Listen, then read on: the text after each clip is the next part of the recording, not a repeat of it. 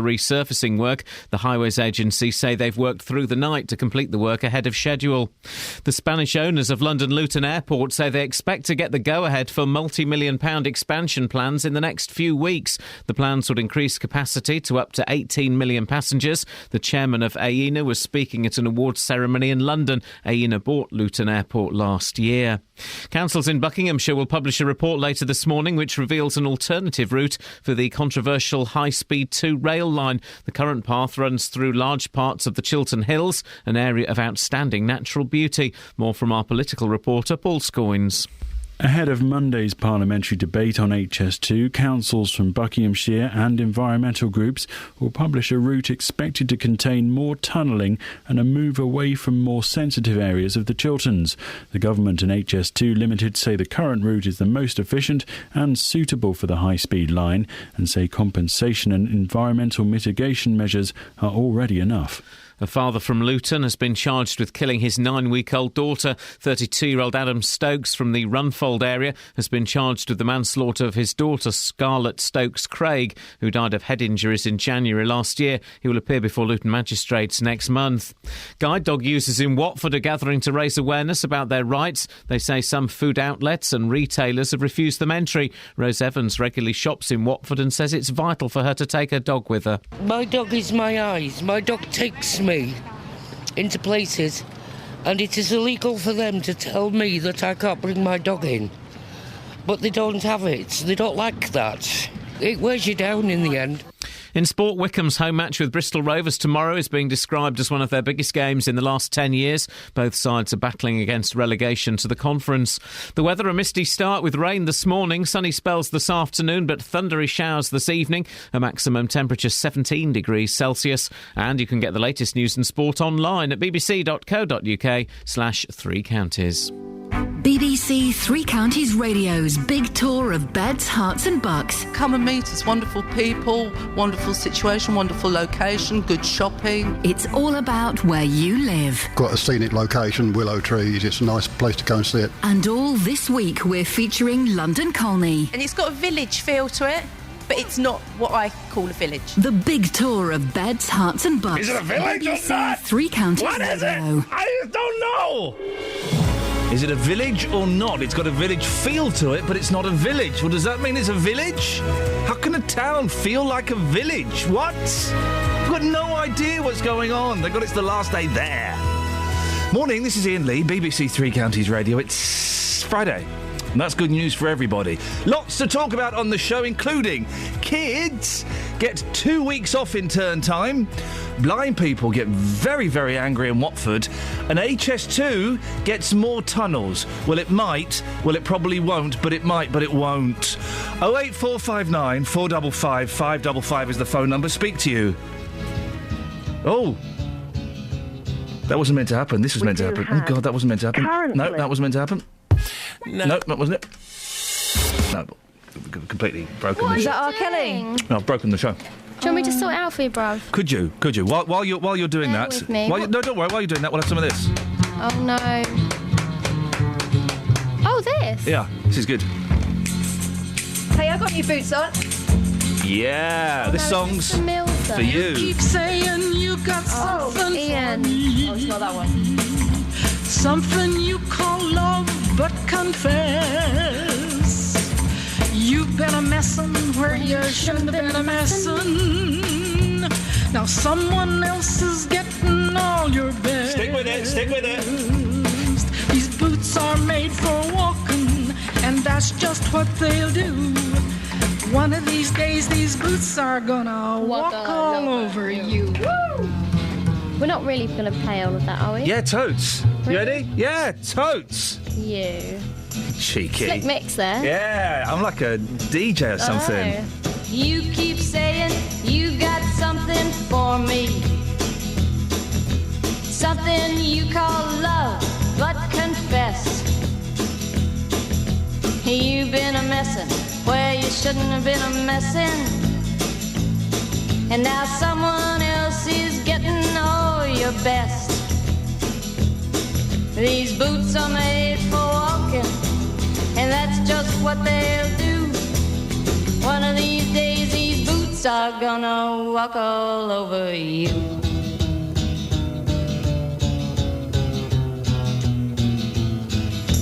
Yeah. You keep lying when you ought to be truthing. And you keep losing when you ought to not bet. You keep saying when you ought to be a-changing. Now what's right is right, but you ain't been right yet. These boots are made for walking, and that's just what they'll do. One of these days these boots are gonna walk all over you.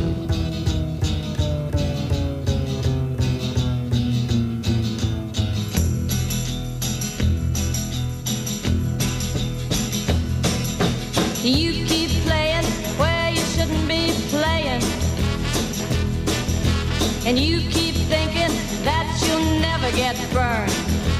Ha! I just found me a brand new box of matches, yeah. And what he knows you ain't had time to learn. These boots are made for walking, and that's just what they'll do. One of these days these boots are gonna walk all over you.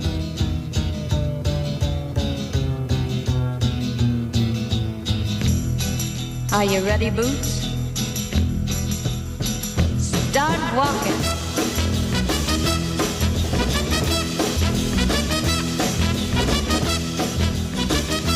We got there in the end. I almost broke the show, but we got there in the end. It's Friday. I'm allowed to... I don't know why I'm muttering to myself. I'm just muttering. This is what I'm like when I wander around the house on my own. We'll do the washing up. Oh, the kids have left that there. Oh, blimey. Now, this is a good story. 3 new schools are promising to make it easier for Hertfordshire parents to take their children away in term time. It's been a big story recently with Centre Parks getting in trouble with those adverts for a special offer that only happens in term time. Well, the new primaries will be run by West Herts Community Free School Trust, who will set their own rules when it comes to pupil absence. They're planning to offer a longer school year, 42 weeks, but then allowing parents to remove their children for up to 2 weeks without risking a fine. Catherine Boyle has been looking into this. Catherine, what do we know about these new schools? Well, on its website, the West Herts Community Free School Trust says it's opening the 3 schools to meet demand for extra places in the area. In 2014 and beyond, there'll be an increasing pressure on primary school places, everywhere really, but Watford and Hemel Hempstead in this case. The schools are free schools, which of course means that they will be state funded, but instead of the money going to the local LEA, it will go direct to them and they can decide how they spend it. The 2 schools in Watford are in Ascot Road and Hempstead Road. And the one in Hemel's on Jupiter Drive, which explains the name. It's called Jupiter. Ah, yes. I just thought they were being cosmic. No. Information events have been held this week, so future potential parents have been able to find out more. And the West Herts Community Free School Trust is a partnership between local parents and schools, education professionals, Squirrels Day Nurseries, West Herts College and the University of Hertfordshire and Hertfordshire County Council. So the thing that the parents will be interested in is that you can take your kids out of school for 2 weeks a year and not be penalised. How is this going to work? Yeah, we've from September, you remember the Department of Education ruled that state schools could not allow parents to take their children out of school in term time except in exceptional circumstances, and the definition of those does appear to have some sort of variation between the schools. And with respect, just to clarify, you are allowed to take your children out of school when it's not term time. Yeah, I know, just I realise I said that. However, because these are free schools, they don't have to abide by these rules, so they're going to be introducing this extended 42-week year as opposed to the usual 40. Okay. And they'll be allowing parents to take their children on holiday for up to 2 weeks of term time without reducing the amount of time they spend on teaching and learning. So the idea is the final 2 weeks of the school year, which is where any lost school time will be made up. It will still have an educational focus, although it'll be more relaxed, but it won't be quite the sort of messing about that you get elsewhere. I think this is a brilliant idea. Surely everyone is giving this the thumbs up. No. We've spoken to Christine Hood, who's the former secretary of the teaching union, the NUT in Hertfordshire. She's not backwards and coming forwards at the best of times. She doesn't like this one. We do have one of the shortest particularly summer holidays in Europe, actually, because it's very important for the children to have downtime. It can get very complicated. Let's assume one of the parents is a teacher or a TA or works in a school. They could have one set of holidays. A child at a local authority school could have a different holiday, and one at the free school yet a different holiday. I mean, imagine trying to book school holidays and look after the kids under those circumstances. Yep, Christine Hood said things are complicated enough already. Currently, there is a local authority envelope, and even then, if you live in a border town, Bishop Stortford, Tring, down in South Watford, where you might have children across the local authority line in a different school, the holidays never exactly coincide, particularly half terms, and that can be very, very difficult for parents. Free school head teachers, what do they say? Well, we've spoken to Mark Lehane, and in fact you'll be speaking to him in about 2 hours' time. He's the head of Bedford Free School. And he says that broadly this is quite an interesting idea, but he's a bit worried, same as Christine Hood, that it could be logistically quite difficult to carry out in practice. I think this sounds like a genius idea. What if you're a head teacher of a neighbouring school? So they wouldn't let me. But in this scenario, they've let you. Right? What's their beef? So if you have a child who's at the primary school, yeah, and your older child is at a different school, yeah, and the primary school's saying, yeah, it's fine, take them away, yeah, isn't that encouraging the parent to break the rules when it comes to the other school? They're encouraging you to do a centre parks, a CP as I'm calling it nowadays. when kids bunk off school, it's now called a CP. Yeah. 08459 455 555. Now, usually I don't do this, but go ahead on, break them off with a little previews of the remix. Now, I'm not trying to be rude, but hey, pretty girl, I'm feeling you. The way you do the things you do reminds me of my Lexus cool. That's why I'm all up in your grill, trying to get you to a hotel. You must be a football coach, the way you got me playing the field. So baby, give me that, and let me give you that. Running her hands through my fro, bouncing on 24s. Why they saying I'm ready? It's the remix to Ignition, hot and fresh out the kitchen. Mama rolling that body, got every man in here wishing. Sipping on coke and rum, I'm like, so what, I'm drunk. It's the freaking weekend, baby, I'm about to have me some fun. Bounce, bounce, bounce, bounce, bounce, bounce, bounce, bounce, bounce, bounce. Come on. Now it's like murder, she rolled. Once I get you out them clothes, privacy's on the door, but still they can hear you screaming more. Girl, I'm feeling what you're feeling. No more hoping and wishing. I'm about to take my key and stick it in the ignition. So give me that, let me give you that. Running her hands through my fro, bouncing on 24s. Why they saying I'm ready? It's the remix to Ignition, hot and fresh out the kitchen. Mama rolling that body, got every man in here wishing. Sipping on coke and rum, I'm like, so what, I'm drunk. It's the freaking weekend, baby, I'm about to have me some fun. Crystal popping in the Stretch Navigator. We got food everywhere, as if the party was catered. We got fellas to my left, honey's on my right. We bring them both together, we got juking all night. Then after the show, it's the after party. Yeah, and after the party, it's the hotel lobby. Yeah, around about 4, you gotta clear the lobby. Then take it to your room and somebody. Can I get a can I get a running her hands through my fro, bouncing on 24. Come on, why they saying I'm ready? It's the remix to Ignition, hot and fresh out the kitchen. Mama rolling that body, got every man in here wishing. Sipping on coke and rum, I'm like, so what, I'm drunk. It's the freaking weekend, baby, I'm about to have me some fun. It's the remix to Ignition, hot and fresh out the kitchen. Mama rolling that body, got every man in here wishing. Sipping on coke and rum, I'm like, so what, I'm drunk. It's the freaking weekend, baby, I'm about to have me some fun. Come on, girl, we off in this Jeep, fogging windows up, blasting the radio in the back of my truck, bouncing up and down, stroke it round and round to the remix. We just thugging it out. Come on, guys, you cannot start the weekend any better way than a little bit of who was that gentleman? R. Kelly and the remix to Ignition. It's not Ignition, it's the remix to Ignition. Or of? To. It's of, really, isn't it? But let's not quibble. Never quibble with R. Kelly. You know what he likes to get up to. Oh, no. The show's broken again. Kelly, the show's broken again. Sorry, Alice. Good morning. Hello. The show's broken. That doesn't sound good. No, it's not. It's not good. So I'm going to fix it. BBC No, that's Three not it. Hang on. Counties Radio. Forget that. Right. No. Hang on a second. I can fix this. Let me just fix the show. Hang on. I don't know what's going on here. This is an awful mess we've got ourselves into. Right, be with you in a second, Alice. So don't panic. No, right. that's fine. Oh no, hang on. I'm flipping next to this. No, that's not the travel bed. No, that's not the travel bed. Which is a real shame. Sorry. Here we go, travel. Here we go. Let's just get the travel. Oh, hang on. This is it. I think we can work with this, can't we? This is very relaxed, very Friday morning. OK, here we go. So we're going to get the travel news now. We go over to our travel correspondent to find out what's happening on the roads and the trains. It's Alice Glossop.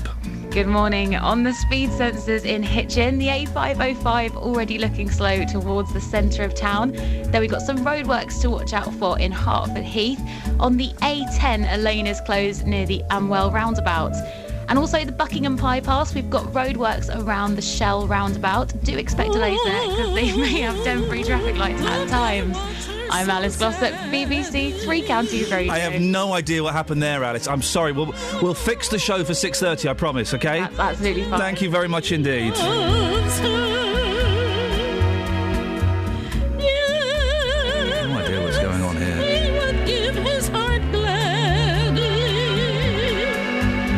But each day when she walks to the sea, she looks straight, her head not at him.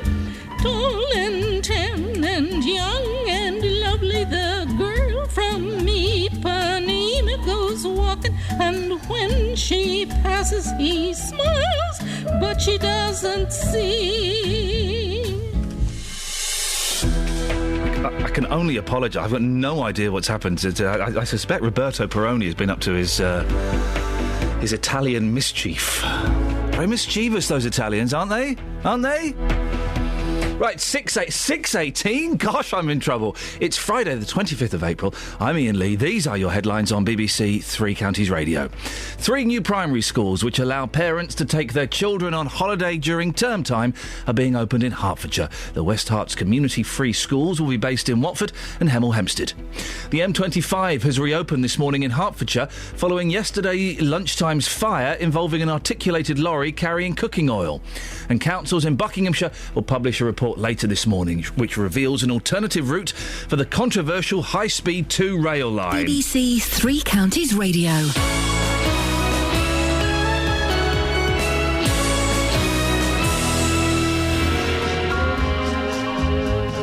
That's not it. No, that's not it. If you've missed any of the programmes from the last week, you've missed things like this. What could I do? I started to scream, of course. I didn't even have time to give my last hug, you know. But there is a way you can hear it all again. You're listening to a special programme on BBC Three Counties Radio looking at the incredible story of St Albans woman Philomena Lee. Go to bbc.co.uk/3 counties and click on Listen Again. All of our programmes are available for 7 days, allowing you to listen to what you missed. bbc.co.uk/3 counties. Wouldn't it be great if Mrs. Miller started singing this?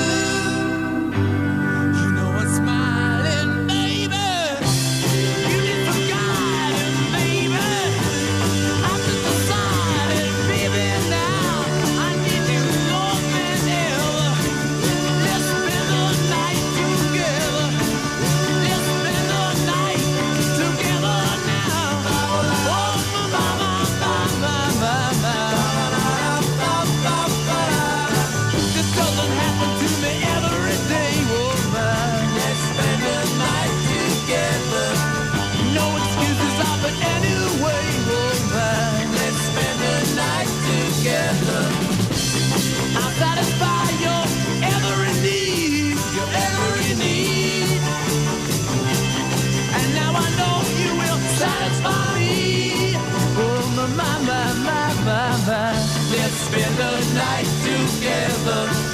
Now I need you more than ever. Let's spend the night together now. Oh, mama. Let's spend the night together. Now I need you more than ever, woman. Let's spend the night together. Getting some great call. I've put pressure on the team. I've told them this has the potential to be the best show we've ever done.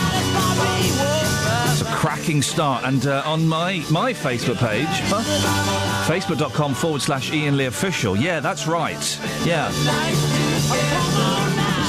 Getting some great comps on the show already.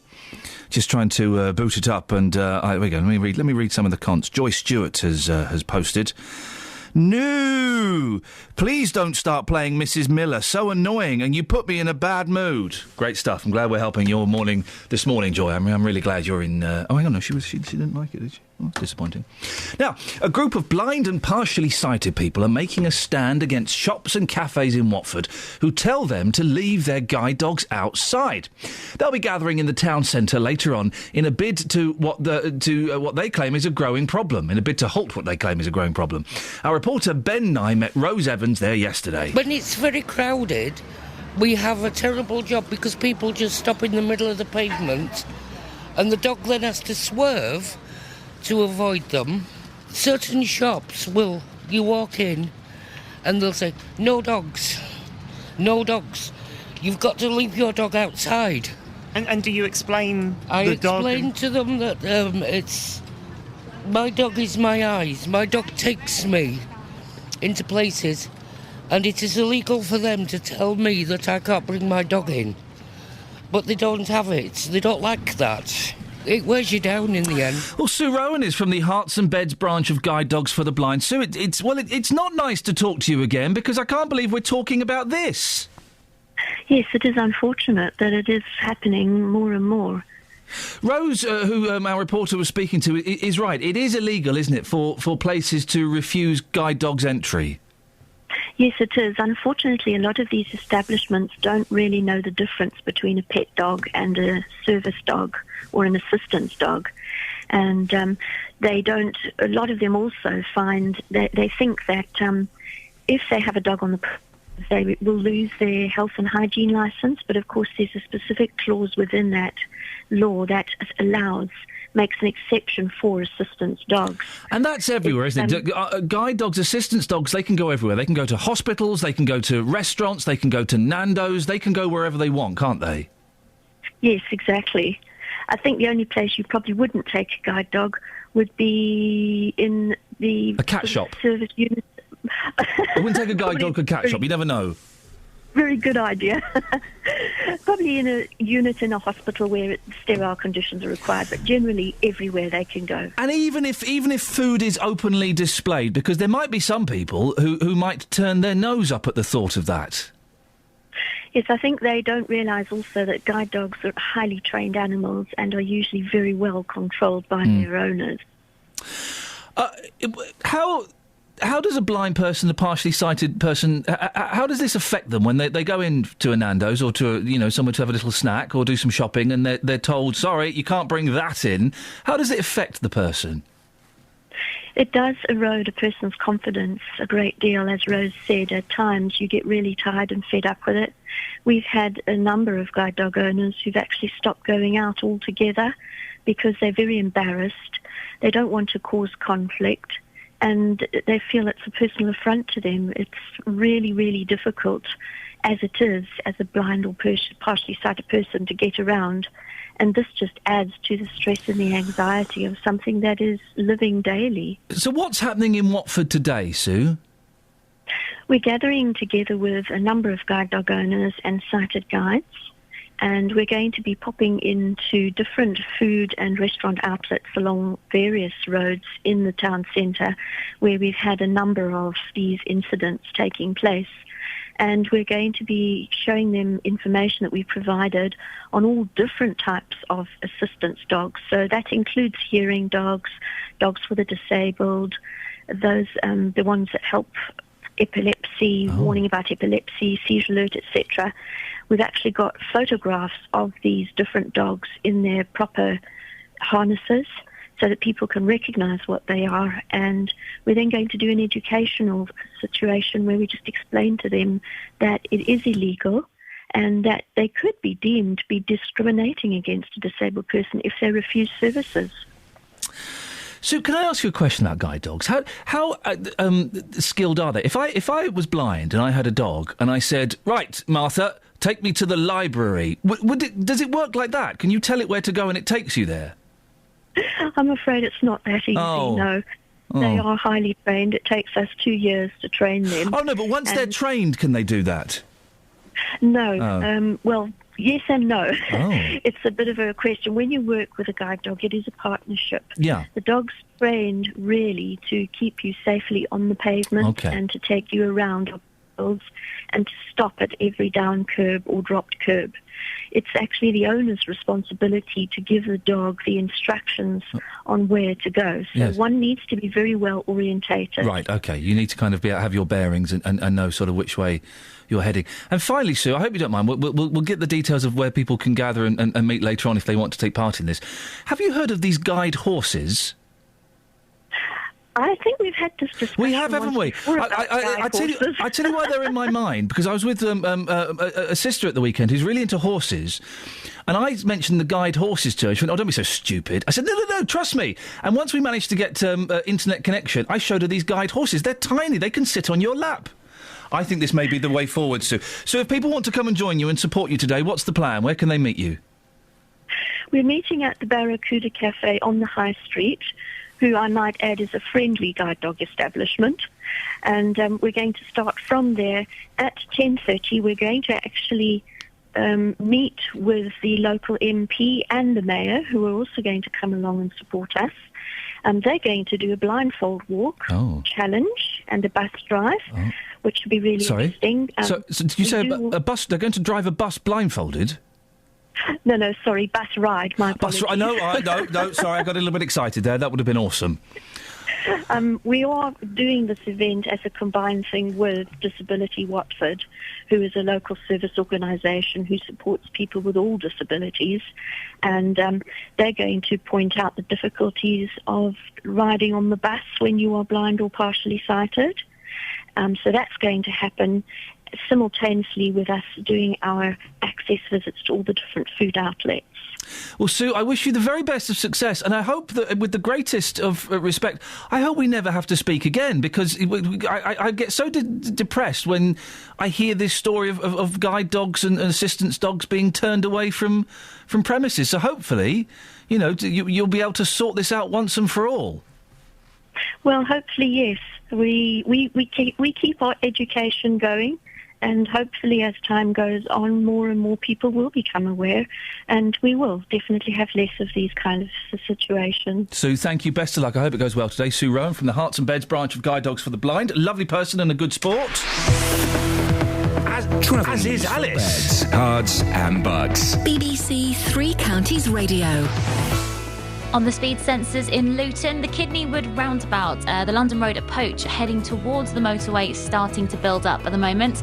Also got some roadworks in Stoke Mandeville to watch out for. Station Road is closed around Eskdale Road. Public transport all looking good. We've got no reported problems there. I'm Alice Glossop, BBC Three Counties Radio. Across beds, hearts and bugs. This is BBC Three Counties Radio.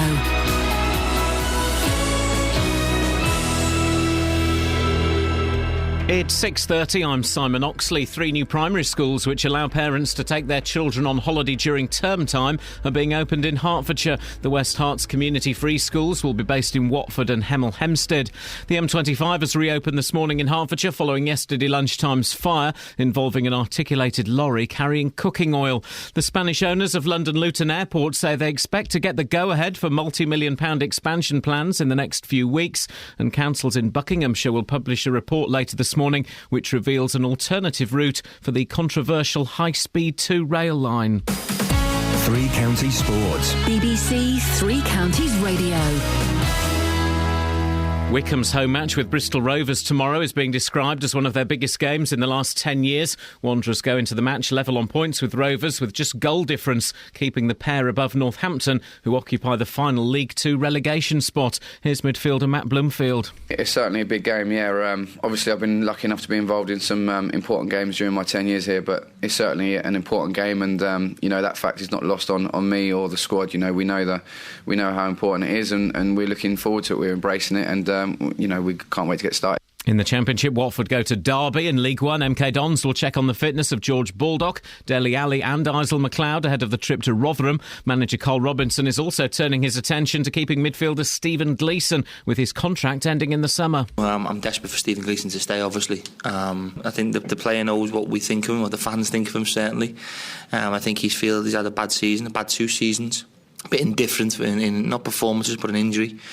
But I'm sitting down with his advisors over the next 6-7 days, and hopefully we can put something on the table that makes him stay. Already relegated Stevenage host Walsall, and Conference champions Luton play their final game of the season at bottom club Hyde. Victory will lift John Still's side above the 100-point mark. Bedford Rugby Club round off their season tomorrow at home to Jersey. Club stalwart Sasha Harding and Brendan Burke play their final games for the Blues after amassing 20 years of service between them. And in snooker, Ronnie O'Sullivan trails Joe Perry 5-3 after the first session of their second round match at the World Championships in Sheffield. BBC Three Counties News and Sports. The next full bulletin is at 7. Across beds, hearts and bucks. This is Iain Lee. BBC Three Counties Radio. Not playing games. Not playing games. This morning, Catherine Boyle has joined me in what I like to call Studio 1A. 1A. What everyone else calls the lair. The lair. And things can get really sticky in here between 3 and 7 in the evening, and Roberto Peroni's on. Roberto's been on fire recently. Yeah. You've heard his show? He's been on fire recently, which in some ways is good, in some ways is bad. 'Cause it means I've got to up my game now. Yeah, you certainly have. Got to up my game. Peroni, stop doing good shows, because it shows the rest of us up. Prime Minister last night. The Prime Minister last night. We got he gets the Prime Minister. I get Kelly Betts. What? What? How does that work? They didn't even ring us, did they? David, if you're listening, where was the phone call? What is going on? The best, the most highbrow thing we've ever had on this show is Paul Scoins. Yeah. And, I mean, really? Flippin' heck. David Cameron. You can listen on the iPlayer if you want. Should we have a song and do one story from the papers? Go on. Oh, our nanny stole my clothes and wore them on Facebook. That's Mate, I'm cheeky, sorry isn't about it? that, but let's do one story from the papers first. That was the story. That was a good joke that you just did there. Thanks, man. These days, did you just call me a man again? These days, it's not unusual for young women to photograph themselves in their glad rags. Oh, I love that. Princess, and post their pictures on Facebook, probably in the hope of getting a few compliments from friends. Yeah, everyone likes the comps on the FB, don't they? Yeah, of course they do. Although, guys, I've just deleted my Facebook account this morning, guys. Have you? Yes, guys. Oh, okay, I'll see you next week. Thanks. But Pascal Sherwin's selfies weren't only self-indulgent, they were downright sinister too. For the 23-year-old nanny posed for photos wearing the clothes of the woman she was working for. You are a very, very silly cow. Look what she's done all over the web. Why would she do that? She is an idiot. What a silly sausage. Gosh, yes. 08459 455 555 if you want to join the Giggle Factory. What? What?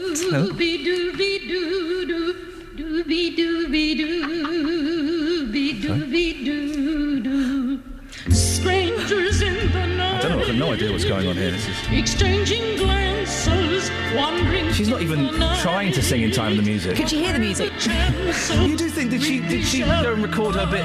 Said, "Do you know Stranger in the Night?" Kinda. And then she did that. I thought that she was some sort of musician who was singing as a sideline. You tell me she was just a vocalist. Just a vocalist, and you can tell by these vocals. Oh no, I've lack of the computer now. Look. There we go. But you can tell by these vocals. That's quite incredible, isn't it? Oh man, I'm in love with Mrs. Miller.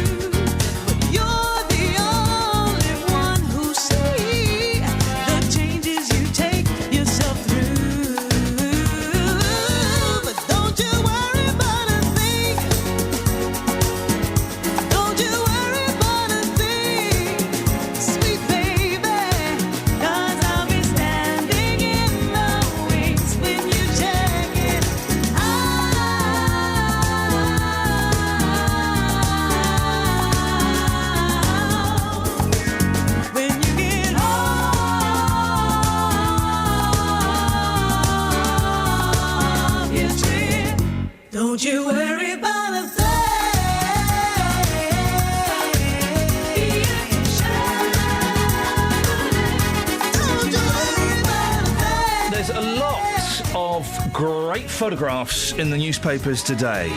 The first one, page 17 of The Sun, it's a Chinese fella dressed up as a panda so he doesn't scare a real panda. Yeah, but he's a man-sized panda standing up with a broom. He's a man panda, he's a manda. A sanctuary worker, he's Chinese. A sanctuary worker dresses up as a panda in an attempt to stop the pandas seeing a human so they can be released into the wild. So they don't want to show them humans. I don't know what the photographer was dressed up as, though. But they go one step further. Even smearing himself in real bear poo and wee for authenticity. That panda's looking at him thinking, what are you doing? Those guys, that panda might be, for the first time in a long time, thinking, what? Look at the way he's scrubbing the floor. That's why they're not mating with other pandas. They want someone who can stand up and do the mopping. They want fit Chinese fellas who are a little bit slimmer. A bit handy with a broom. Now, where's the other photo? The photo of the day. It's in a couple of newspapers. We're constantly, don't let kids smoke. Don't encourage your kids to smoke. How do we stop your kids smoking? And where's the photo gone? There is a photo in a couple of the papers. I think it's of a Russian. Don't judge me on that. I think it's of a Russian. It's a Russian dad with his 2-year-old son, and he's teaching the 2-year-old... Oh, no, come on, it's a lovely family photo. It's horrible. No, it's a bit of fun. He's teaching the 2-year-old how to have a smoke. So he's sparking up... Why can't I find the pictures? Isn't that annoying? Do you think it's real, though? I hope so. He's sparking up the fag for the kids, and the thing is, the kid... He's not... He's doing the right face. He's not bumming it. Is that the word? That's when you make it... Yeah. He's inhaling properly, and he's only 2. That's horrible. Come on, Britain. I mean, it's one of those photos that's fascinating because it's so hideous. Listen, can I just say, look, Catherine Boyle, now we're on the radio. Hang on. Oh, it's horrible. Upstairs in the office, you were laughing I like was not laughing. You were laughing yourself. You were laughing, and I was going, gosh, isn't that horrible? It was the nervous laughter of someone who's seen something wrong. I can't find the picture. Wrong. Have you taken the picture out and put it in your purse or something? No. Oh, here we go. Here we go. Page 30. If you go to a petrol station or a news agent, don't bother buying it. Just pick up the mail. Page 30. Take a drag. Dad gives his toddler lessons in smoking, and he's even holding the cigarette properly. Hang on. That bottom one. He's holding it like a 14-year-old does. You know the way that so you can stash it underneath your hand if your mum drives past. That one. Oh, if you read the story, it's actually quite sad. Don't read the words, it's quite tragic. Told ya. Just look at the fun pictures. You're wrong and bad. Look at the fun pictures. Put down that chamois leather. OK. And forget the turtle wax. Yeah. Or other proprietary bands of shining up things for cars. Yes. Nissan, just Nissan, claims to have developed the world's self-cleaning car. Japanese, isn't it? Japanese. This is what we've been waiting for, right? Yeah. Mine self-cleans with rain. Yeah. That's what rain's for, isn't it? Exactly. I don't think I've ever washed my car. No. What's the point? Because you keep it outside anyway. If you drive again, it's going to get dirty. Yeah. That's what cars do. Roads are dirty. They're dirty places. It's equipment. It's not a piece of jewellery to be shone up. My neighbours have always got the man out. Yeah. You know the man that comes and fixes little dints and scratches? Oh, yeah. He's out about every 2 weeks. Hey. They must be very, very particular about their cars. You make it worth it, don't you, before you get the man out? The manufacturer's UK engineers are testing paint that repels dirt before it gets a chance to take hold. Oh. It does so using nanotechnology, which involves manipulating the surface of the paint on a molecular scale. Everyone get that? Where do you ever clean your car, Just? Morning, Duchess. Yeah, I probably clean it, every 2 weeks? Oh, because you're quite funny about your car, aren't you? Yeah, you're one of them. Yeah. Yes. Justin likes to wax his ride. Yeah, wax it down. Occasionally, if I've got the boys in the car, we'll go through a car wash because they like that. Terrify them, yeah.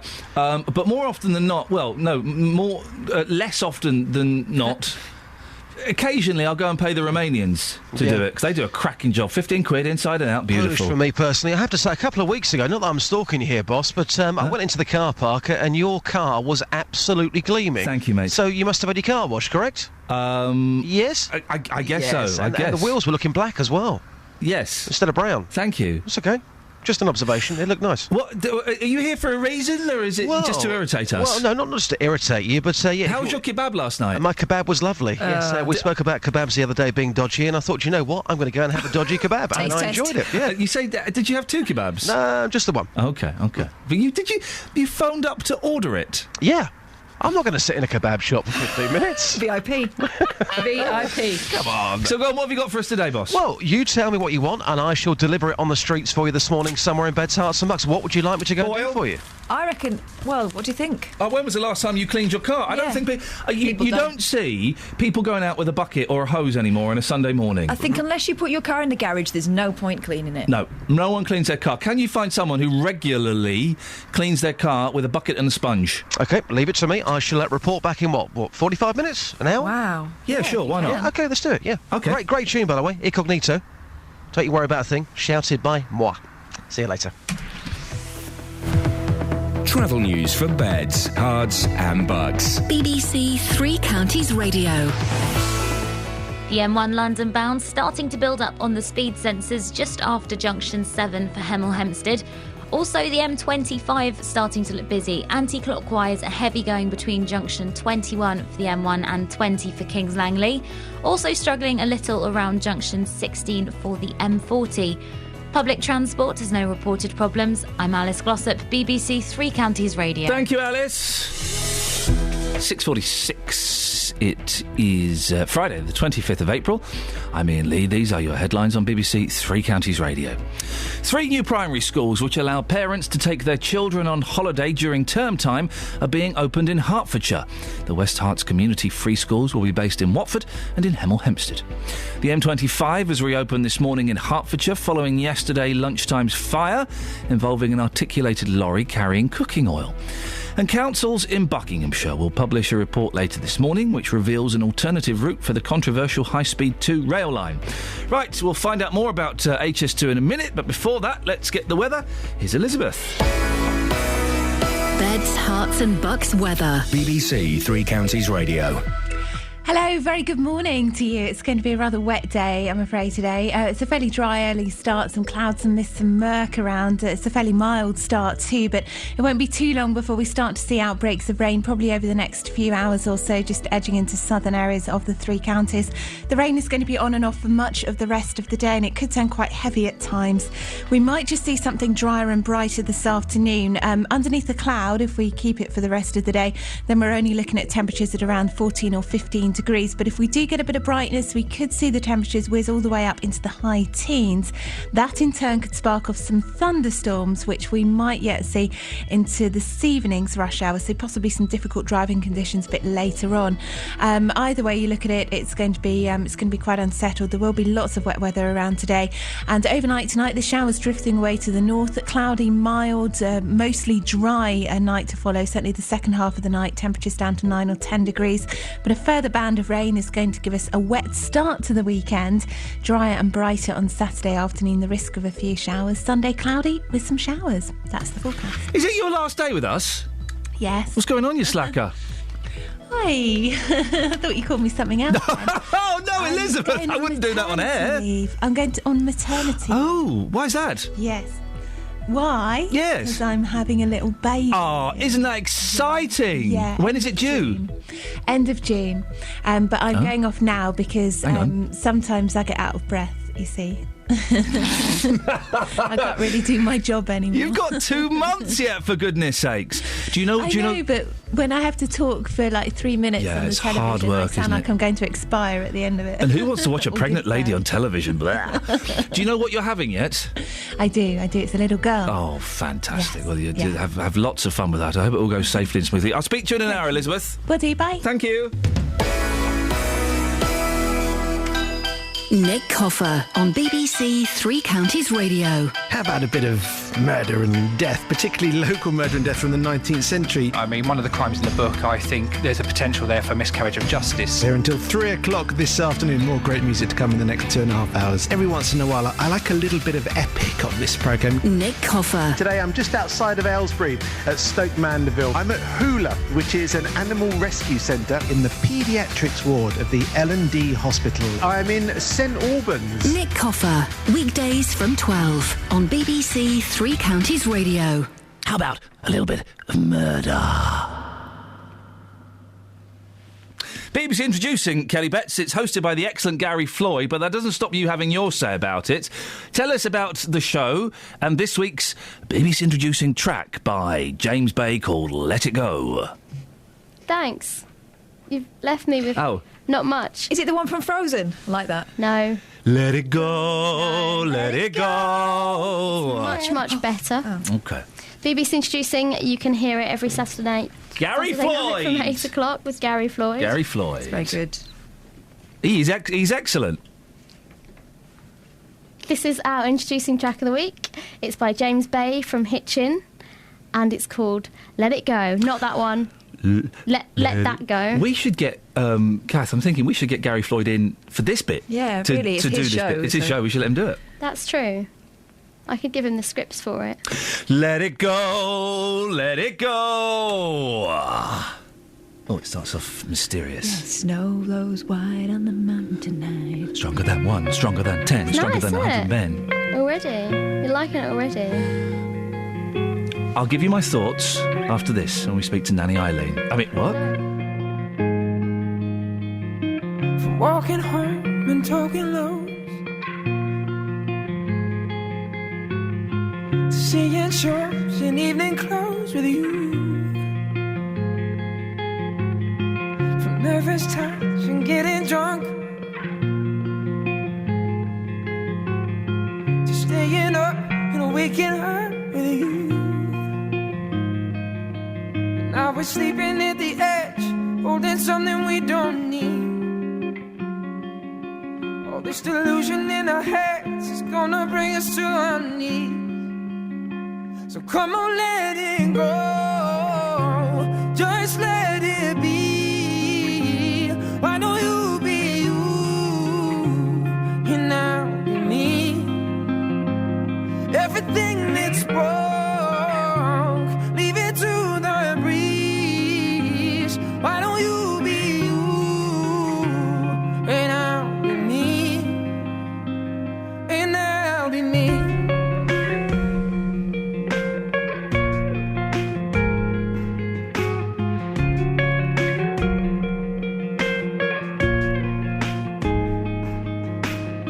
From throwing clothes across the floor, to teeth and claws and slamming doors at you. If this is all we're living for, why are we doing it anymore? I used to recognize myself. It's funny how reflections change. And we're becoming something else. I think it's time to walk away. So come on, let it go. Just let it be. Why don't you be you? And I'll be me. Everything that's broke, leave it to the breeze. Why don't you be you? And I'll be me. And I'll be me.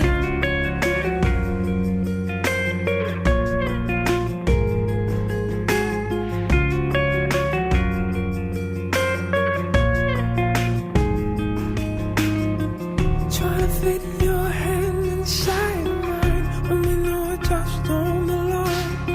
There's no force on earth could make it feel right. No. Whoa. Trying to push this problem up the hill when it's just too heavy to hold. Think now's the time to let it slide. He's a hat wearer. Now I'm in. I enjoyed that. That was nice, Kelly. You're welcome. Well, who is he and when can I buy this on May the 12th? May the 12th. At our price. Shall I phone up our price now and reserve it? Do you think they'll sell out? Yes. Who is he? James Bay from Hitchin. Lovely. Lovely.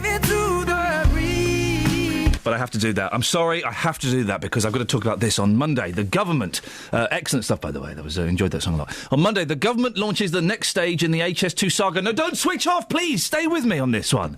It's going to debate legislation that will allow the railway to be built. So it's effectively the planning application, which is why an alternative plan is being presented in Westminster later by councils and green groups keen to see less environmental disruption and more tunnels. Well, Alan Goodrun is the chief executive of Chiltern District and South Bucks District Council. You're cutting it a little bit fine, aren't you, Alan? Not at all, and good morning to you all. It's very important that we launch our alternative proposals now before the second reading. The real work, though, happens in the Select Committee in the autumn, and we're well in time for that. What's this? What is the alternative route? What's different about it? Well, the government's proposal, HS2's proposals, is part tunnel, part cutting, part bridges, part cut and cover. It's enormously disruptive. Landscape to communities, spreading spoil, which they call sustainable placement, throughout the Chilterns. And after all, the area of outstanding natural beauty is, one of the finest in the UK. We all have a duty to protect it. Our proposal, we think, meets all those issues by having a long, continuous tunnel, and that's what we're going to be launching today. And that's got huge advantages, not just for the landscape and the communities, but actually for the engineering design and the energy efficiency of the route itself. So would it still go through the Chiltern District and South Bucks, or is it a completely different area? Well, this particular proposal really affects Chiltern. It does impact on South Bucks, and South Bucks will be petitioning very much at the southern end, but the AONB issue is very much one for the Chilterns, and it just protects our communities, and it has benefits on the edges of the district as well. So you want a tunnel through the Chilterns? We are extending and changing the alignment of the proposal that I don't know what that means. Has. We're extending the tunnel, and we're proposing to move it. So it won't be. So it won't be going through the Chilterns, but it will be going through Hertfordshire. Is that right? No. It's still going for the Chilterns. Right. We're still dealing with it because the government want to put it through the Chilterns. We're not saying that's a good idea, but we're saying we can improve what their current proposal is, and we will still be accommodating it in that sense. But it will go through parts of Hertfordshire. Is that right? Not at all. No. Okay. It's. Are they going to listen, Alan? Do you think really they seem so determined on this plan that they have? Do you think that this alternative will have any sway? Well, there's an enormous amount of good work done by lots of groups on the tunnel, and a lot of that work was dismissed in the environmental statement. We felt we had to put some credible evidence together, and I think in this proposal, and bearing in mind I think it's going to get a lot of support, I think HS2 Limited, Department of Transport, are going to have to respond constructively, and we hope they'll take on their ideas, because I think we'll be able to demonstrate that not only is it better, we can reduce the whole life costs of the tunnel operation and the operation through the Chilterns. Alan, I appreciate your time this morning. Well, no doubt we'll speak at a later date to find out how things are going. Alan Goodrun, Chief Executive of Chiltern District and South Bucks District Council. You can have your say on that, and of course we'll be talking more after 7 about the proposal for these new schools that would have a longer working year, 42 weeks instead of 40, but you could take your kids out for 2 weeks of that year without being penalised. I think it's a good idea. I feel sorry, though, for the kids that won't go on holiday and will end up doing an extra 2 weeks. 08459 455 555. Travel news for beds, cards and bugs. BBC Three Counties Radio. The M1 London bound starting to build up around junction 9 for Redbourne. Also the M25 anti-clockwise looking busy, slow going between junction 21 for the M1 and 20 for Kings Langley. Also very slow at the moment around junction 16 for the M40. Public transport has no reported problems. I'm Alice Glossop, BBC Three Counties Radio. Alice, thank you very much indeed. Would you send your kids to a school that had an extra 2 weeks in the year? Which will mean you could take them out on holiday anytime you wanted for 2 weeks and not get penalised. I think that sounds like a cracking idea. Who could disagree? 08459 455 555. Let's get the news now. Here's Simon Oxley. Local and vocal across beds, hearts and bucks. This is BBC Three Counties Radio.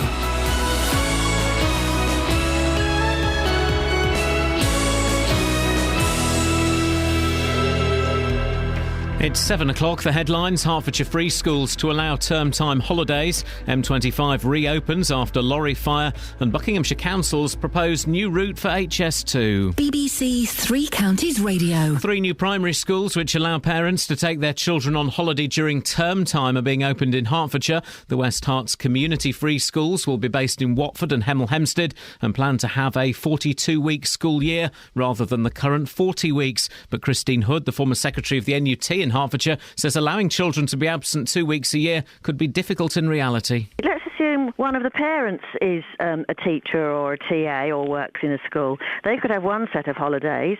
A child at a local authority school could have a different holiday, and one at the free school yet a different holiday. I mean, imagine trying to book school holidays and look after the kids under those circumstances. The M25 has reopened this morning in Hertfordshire following yesterday lunchtime's fire involving an articulated lorry carrying cooking oil. The anti-clockwise carriageway was closed between junctions 23 and 21A until around 4 o'clock this morning for resurfacing work. The Spanish owners of London Luton Airport say they expect to get the go-ahead for multi-million-pound expansion plans in the next few weeks. The plans would increase capacity to up to 18 million passengers. The chairman of Iain was speaking at an awards ceremony in London. Iain bought Luton Airport last year. Councils in Buckinghamshire will publish a report later this morning which reveals an alternative route for the controversial High Speed 2 rail line. The current path runs through large parts of the Chiltern Hills, an area of outstanding natural beauty. More from our political reporter, Paul Scoynes. Ahead of Monday's parliamentary debate on HS2, councils from Buckinghamshire and environmental groups will publish a route expected to contain more tunnelling and a move away from more sensitive areas of the Chilterns. The government and HS2 Limited say the current route is the most efficient and suitable for the high-speed line, and say compensation and environmental mitigation measures are already enough. A father from Luton has been charged with killing his 9-week-old daughter. 32-year-old Adam Stokes from the Runfold area has been charged with the manslaughter of his daughter Scarlett Stokes-Craig, who died of head injuries in January last year. He will appear before Luton magistrates next month. Guide dog users in Watford are gathering in the town centre this morning to raise awareness about their rights. They say some food outlets and retailers have refused them entry. Campaigner Sue Rowan told this programme there's a need to educate shop owners. It is happening more and more. Unfortunately, a lot of these establishments don't really know the difference between a pet dog and a service dog or an assistance dog. We've had a number of guide dog owners who've actually stopped going out altogether because they're very embarrassed. They don't want to cause conflict. In sport, Wycombe's home match with Bristol Rovers tomorrow is being described as one of their biggest games in the last 10 years. Both sides are battling against relegation to the conference. The weather, a misty start with rain this morning, some sunny spells this afternoon, but thundery showers this evening. A maximum temperature 17 degrees Celsius. And you can get the latest news and sport online at bbc.co.uk/3 counties.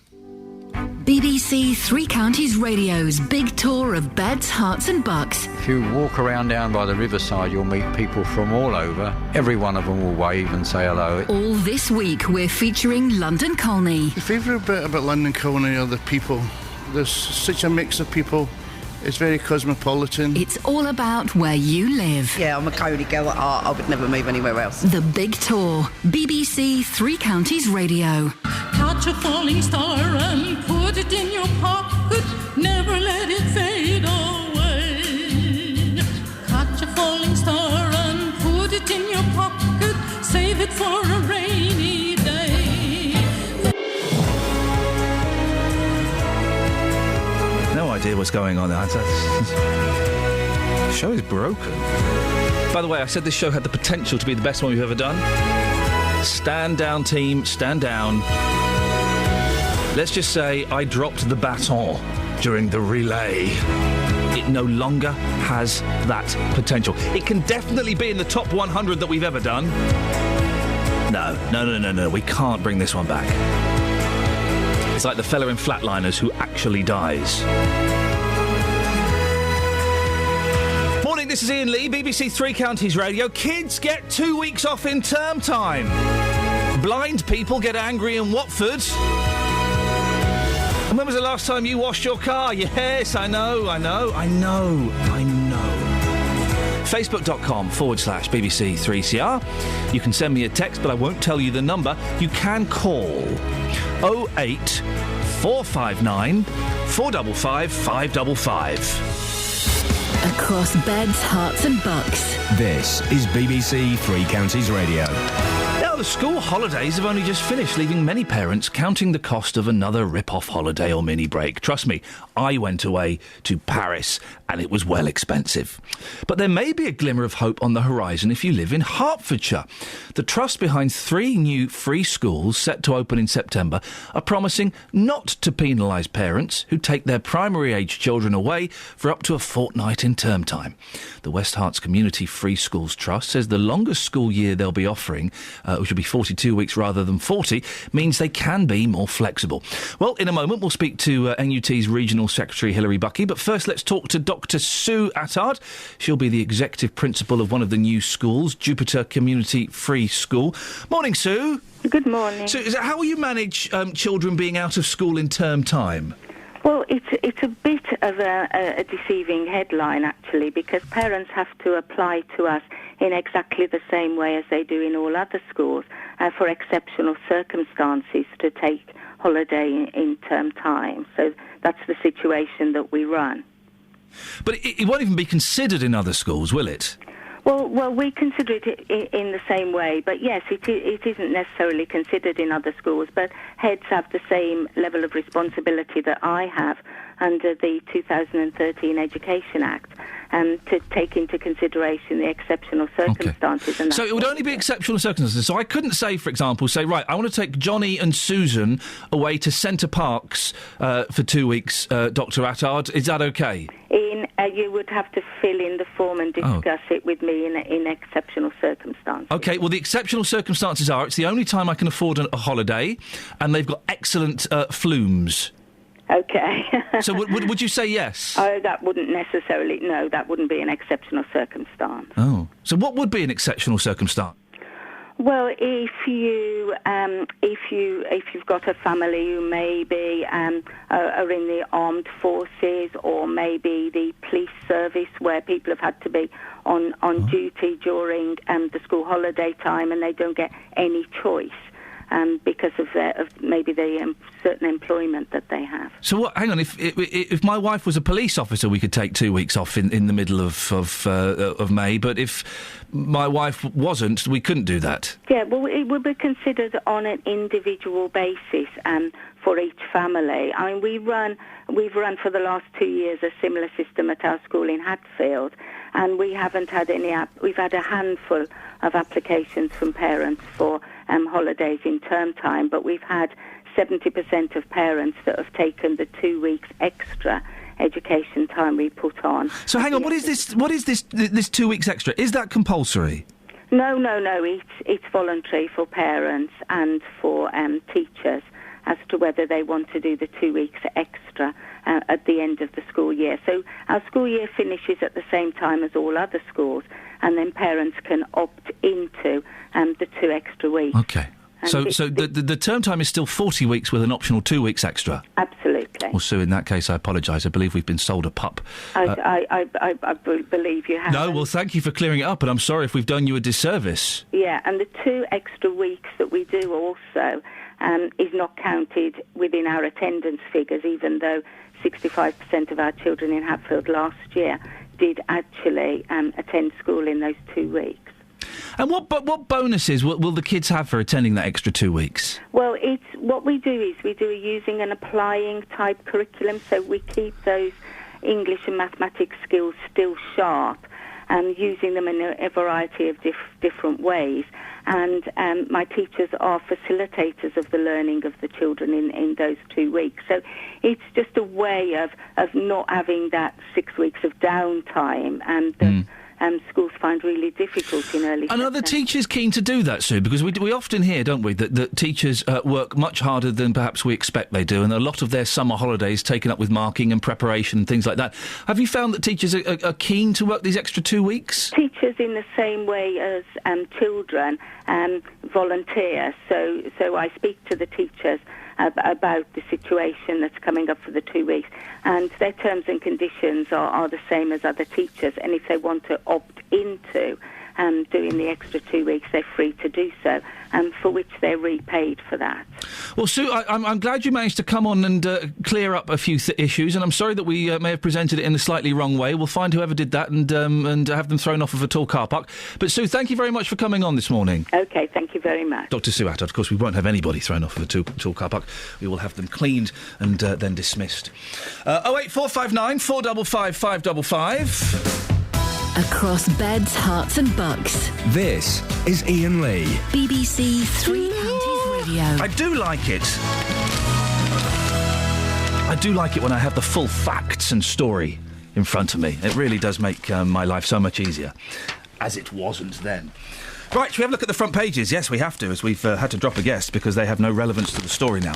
The front page of The Guardian, 20 years since Britpop. There's a great thing, by the way, people of a certain generation, and I think I may have left it upstairs, which is a... Oh, no, there it is. There's a great thing in The Guardian, the G2 pullout.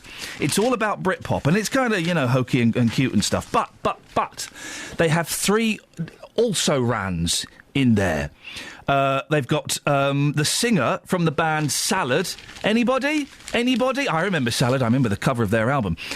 Mark Morris, the singer from the Blue Tones, and also the bassist from Dodgy. I used to love Dodgy. I thought they were a great band. I remember buying the Dodgy album, 3-Piece Suite, and telling my friend, oh, yeah, you'll like it. They sound like The Who. Dodgy don't sound anything like The Who. I told Richard. You're like them, they sound like The Who. They don't sound like The Who. These are the lot that did Staying Out for the Summer. Staying out for us. If it's good enough for you, it's good enough for me. I like Dodgy. They're back together. I won't be going to see them. But it's a nice little put-out about Britpop 20 years ago. 20 years ago. It was 50 years ago since the Beatles did something. It's mad, isn't it? Time just flies by. It really does. I kind of didn't really buy into the Britpop thing. I don't think the kids didn't buy into it. I made a limp attempt at buying into it. I wore the trainers. I didn't. It was quite an exciting time, but I didn't really like the music that much. Nor did I. And a lot of my friends, there was a kind of Britpop snobbery thing going on as well, where there was a group of friends at my school. I say friends, and they only liked bands no one had ever heard of. Yeah. But then we worked this out, and we would introduce different names of bands that didn't exist, and they still liked them. It's so odd. And it's a thing as well. When bands got famous, they've sold out. They've sold out. They're rubbish now. You want to get the first album. Well, I've got the first album on cassette. You can't get it anymore. It's singles and the 3-inch CDs. Do you remember those CD singles? Were they 3 inches or 5 inches? How big is a CD these days? I thought they were always the same size. What size is that? What size is Mrs. Miller? Well, no, don't give me the finger. Is that a 2-incher? No, it was you got CD singles. What, tiny ones? Yeah, and you had sometimes if your CD you had to get a little adapter for your mum's CD player for it to fit. Do you remember that? I remember I was late for going to work at B-Jams one day. That's Iceland for you Northerners. Because I fell asleep listening to the CD single of the Farms Groovy Train. Was it Groovy Train or was it Stepping Stone? No, it was Groovy Train. That just had 4 remixes of Groovy Train. Imagine 4 remixes. How many times? How many ways can you spin that record? I'm man alive, and I fell asleep and I woke up and it was 5:25. I was due at work at 5 o'clock. It was 45 minutes away. Boy, was I in trouble with Mr. Campbell. Not really, because I was working there illegally at the time. Why? Because he didn't give you a contract? No, I was 15 and I wasn't allowed to work there at 15. So not him, someone, I don't know. I don't want to get anyone into trouble, but basically we forged it that I was 16. And then when I turned 16, instead of me being 17, I went back to being 16. My first pay packet at B-Jams, Friday night, 3 hours, all day Saturday, £13.60. £13.60 for a night for 11 hours work. Wow. Yeah. That's what Kelly gets now, isn't it, Kels? Yeah. OK. Thanks very much indeed. Well, I was going to look at the front pages. I haven't got time to look at the front pages. Just to let you know, though, let's see what the Daily Express have cured. Oh, diabetes today. It's diabetes. Yeah, with coffee, isn't it? Got any diabetics? Just have coffee. Forget your insulin. Don't. Coffee helps beat diabetes. It slashes risk of disease by over a third, says experts. Drinking an extra cup or 2 of coffee every day can help slash the risk of diabetes. Let's put that to the test. I feel much better. It lowers the chance of developing the dangerous condition by 11%, and the effects are immediate. Wow. OK, thanks very much. 08459 455 555. Travel news for beds, cards and bugs. BBC Three Counties Radio. In Luton, Kimpton Road is partially blocked just near to the Luton Airport Parkway station after an accident.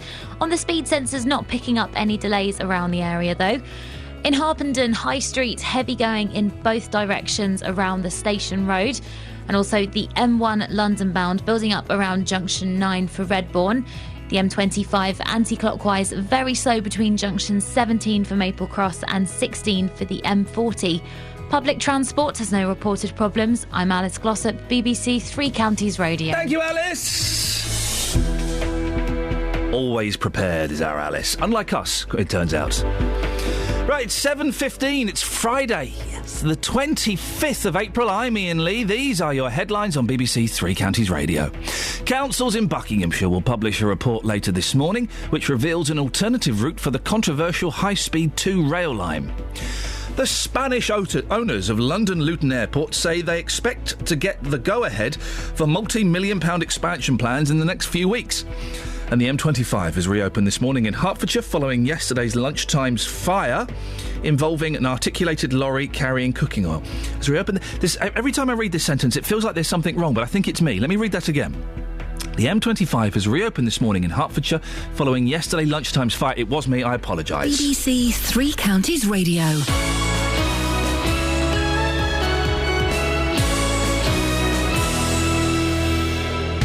BBC Three Counties Radio's big tour of beds, hearts and bucks. Parks, there's so many around here for children.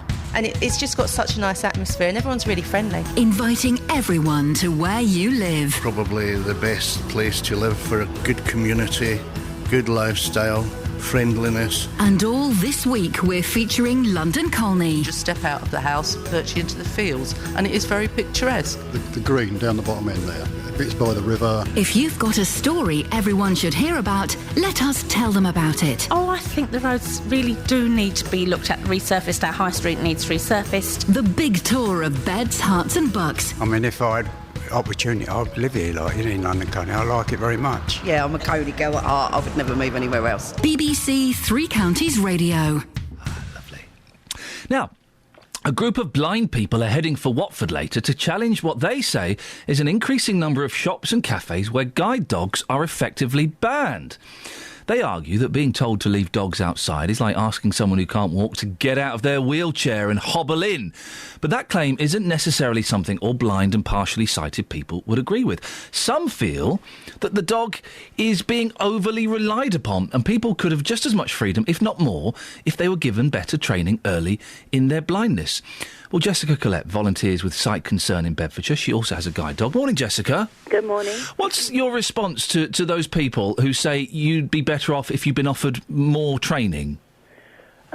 More training? I don't think they could have given me any more training. I mean, guess you are saying from guide dogs themselves. Or do you mean earlier? Well, just earlier training when you become blind so that you don't rely on the guide dogs. You're more independent. Well, I've been visually impaired from birth, so I don't know what extra training I could have had. I suppose so, yes. Yeah. Yes. How important is your dog to you? She is very important, but she is not the be-all and end-all. I mean, I can very well get around without her. But I've been owning guide dogs for the last 16 years. I got my first dog when I was 18, and I'm in my 30s now. So I think confidence, life experience gives you confidence anyway, I think. Can do if you have good experiences. But I don't think they could have given me any more training, to be honest. I don't think I could have had more. No, it's different for you, Jessica, because you as you say, were blind from birth. Yeah. But what about people who become blind later in their life? What kind of help is given to them? Unless you ask for it, not a lot, to be honest. Yeah. People can really slip through the net and just be completely... The authorities can be completely unaware of these people, and not just adults. I mean, some children manage to slip through, but for a lot of adults, it's difficult to... I mean, they have to start almost learning everything right over again. I mean, everything from tiny shoelace to being able to get to the local shop. It's all a massive challenge. And who is there that helps? Obviously, Sight Concern would help. Do GPs help? Is there a kind of training on the NHS?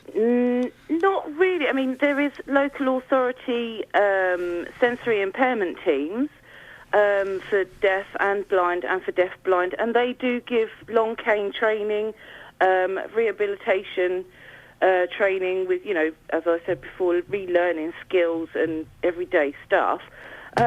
But you have to kind of ask for it, and your GP is the person to ask for those kind of services, and for low vision clinics, etc.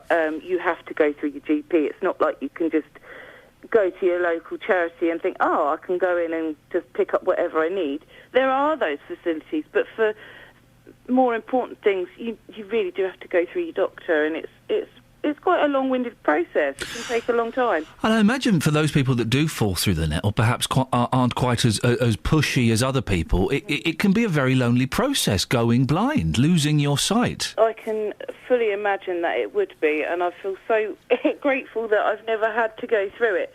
And my mum was brilliant growing up. She taught, I had two younger brothers and a younger sister. My sister's also visually impaired, but both my brothers are fully sighted, so we just had to get on with it. And thank goodness, really, because I think I might have struggled as an adult to do things that really should come second nature. I mean, my daughter's 11 years old now, and she's off. She takes herself to school, she does her own breakfast, she does her own packed lunches, and because I've taught her, and my mum taught me exactly the same as you would any other child, so I think I've been lucky, but it must be absolutely awful to have to relearn everything all over again, and to lose, I think, so much independence. I mean, I think the worst thing that people have to go through is losing their driving licence, having their driving licence actually physically taken away. Well, it's even small things as well. I couldn't imagine, I'm sure I could learn to do it if I had to, but even making a cup of tea. It's not easy. I mean, I've got a useful amount of sight, but I've had to go through a volunteering process for sight concern and all their training. You have to do blindfolded tasks, and it is difficult. And also with guide dogs, when I first got my first dog, we did a blindfolded walk as well, which was really strange for me because I've always had a useful amount of sight to at least see where the curbs are, or if I'm just approaching maybe a post or something like that, I can just about make it out.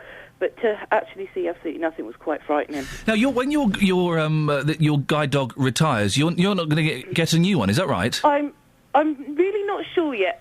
I could cope without a dog now, and occasionally I do think, wow, this is just a lot of hassle for a short journey, especially if, say, for example, is an absolutely packed bus full of elderly people who you don't really want to ask to move. And I really don't want to stand up on the bus for 25 minutes. Oh, Jessica, if I had a guide dog with me, I'd be lording it all over those old people. No, excuse me, I can't see. I've got a guide dog. I'd be doing all that. I think I have been there and done that in the past. And it's probably in my late teens, early 20s, where you think, oh, you don't care, just make a scene, really carry on. Been there, done that, and I'm a bit more for a quiet life these days. Do you ever? The reason this protest is happening today is because a significant number of people who have guide dogs have been turned away from restaurants, cafes, shops, places like that. Has that ever happened to you? I have been turned away. Well, only in one place have I been physically turned away and completely refused entry. I'm quite good at talking my way into places. I'm quite persuasive. or as I like to call it, Jessica, you're quite gobby, I think. Is that right? You've been speaking to people about it. Yeah, I thought so. Yeah, I tend to try and talk my way into places and really explain to people and don't take no for an answer. But you shouldn't have had to do that because it's illegal, isn't it, for them to turn you away? So it must. Was it embarrassing? Did it get you angry? How did you feel? I get that kind of instant irritation, and you have to kind of swallow it and think, no, calm down, be patient. And you have to understand that a lot of people who come to this country, where they've come from places where dogs are not friendly. They have a lot of street dogs that have diseases. A lot of people are frightened of dogs. A lot of children are frightened of dogs. Even British children who grow up with dogs are still frightened. And you have to take that into consideration. And but it is very frustrating to be refused entry, and sometimes it can be almost devastating, because especially if you're a first-time guide dog owner and you've never been refused entry to anywhere, and you're really not confident in your rights or knowing exactly what to say, it can be really distressing. Especially if you're refused entry to transport, for example, private hire taxis. I mean, I have been refused from a taxi in the past, and I've had them just drive away, not even stop. See, and I've been with people that said that was our taxi. Oh, so hang on. So the taxi's sort of pulled up, slowed down a bit, seen the dog, and just gone on. Yeah, that's happened to me a few times, but luckily it's where I've been waiting at home for a taxi. Yeah. But if you can imagine waiting somewhere that you don't know where you are, you don't know your way to or from anywhere in that area, you're stranded. It's very frightening. But yeah, I must be quite lucky because it doesn't happen to me very often anymore. Yeah. But speaking to various friends and on forums and social media, there's it happens a lot more than you would expect, and it's not right. It really shouldn't be happening. It shouldn't be happening. Hopefully this protest is perhaps the strong word, this demonstration later on today in Watford will change a few people's minds. Jessica, thank you very much. Jessica Collette works with Sight Concern in Bedfordshire. 08459 455 555. I'd love to hear from you if you have gone blind later in life. I can't even begin to imagine what that's like. How upsetting that must be. I'm trying to think if I can mention the thing I was going to mention. Yeah, I think I can. I don't think it's too insensitive. Oh, I love it when you say this. I don't think it's too insensitive to mention it after this. It's about blind people. Go on then. There is a website. Blind people, they are, if you know where to, in inverted commas, look, they are very well catered for. There is help in all different aspects of life. And there is a website called, I'm going to say it once, put your fingers in your children's ear, pornfortheblind.com. Now, what it is, I think that's the web address. Kelly hastily goes to a computer. I think that's the web address. What it is, and some very, very kind, generous people have given up their time to describe in great detail adult movies and the action that's taking place. And if you have, blind or sighted, if you have a few... It's not for broadcast, Kelly, so don't even think about it. If you have a few spare minutes, I won't say the address again, go and have a little look, see for that, see if you can find it. And it really is... the gentleman is walking into the bedroom and he is slowly removing his shirt. His shirt has fallen to the floor. And, you know... And so on. Yeah. There's nothing on it. Sorry? There's nothing on it. We'll Google it. I did. Oh, what do you mean there's nothing on it? It just links you to other links. No, don't tell me they've taken down my favourite site. That's another service that's fallen foul of these cuts. Oh no! Damn you, David Cameron. We'll find it. Don't you worry. 08459 455 555 is the telephone number if you want to give us a call. You can, of course, text me 81333. Start your text 3CR, and you can send me an email. And been getting lots of emails recently. Some of them have been nice as well. It's only some. Iain.lee@bbc.co.uk is the email address. It's BBC Three Counties Radio. Let's get the travel news now with Alice. Travel news for beds, cards and bugs. BBC Three Counties Radio. In Luton, the Kimpton Road is partially blocked just near to the Luton Airport Parkway station after an accident. Speed sensors not showing any delays around there at the moment though. Elsewhere, the routes heading towards St Albans Town Centre looking quite busy at the moment. Both the Harpenden Road and the Soundridge Road quite heavy. Also, the A1M southbound slow after junction 7 for Stevenage, and on the M25 anti-clockwise slow going between junction 21 for the M1 and 20 for Kings Langley. Public transport has no reported problems. I'm Alice Glossop, BBC Three Counties Radio. Across beds, hearts and bugs. This is BBC Three Counties Radio.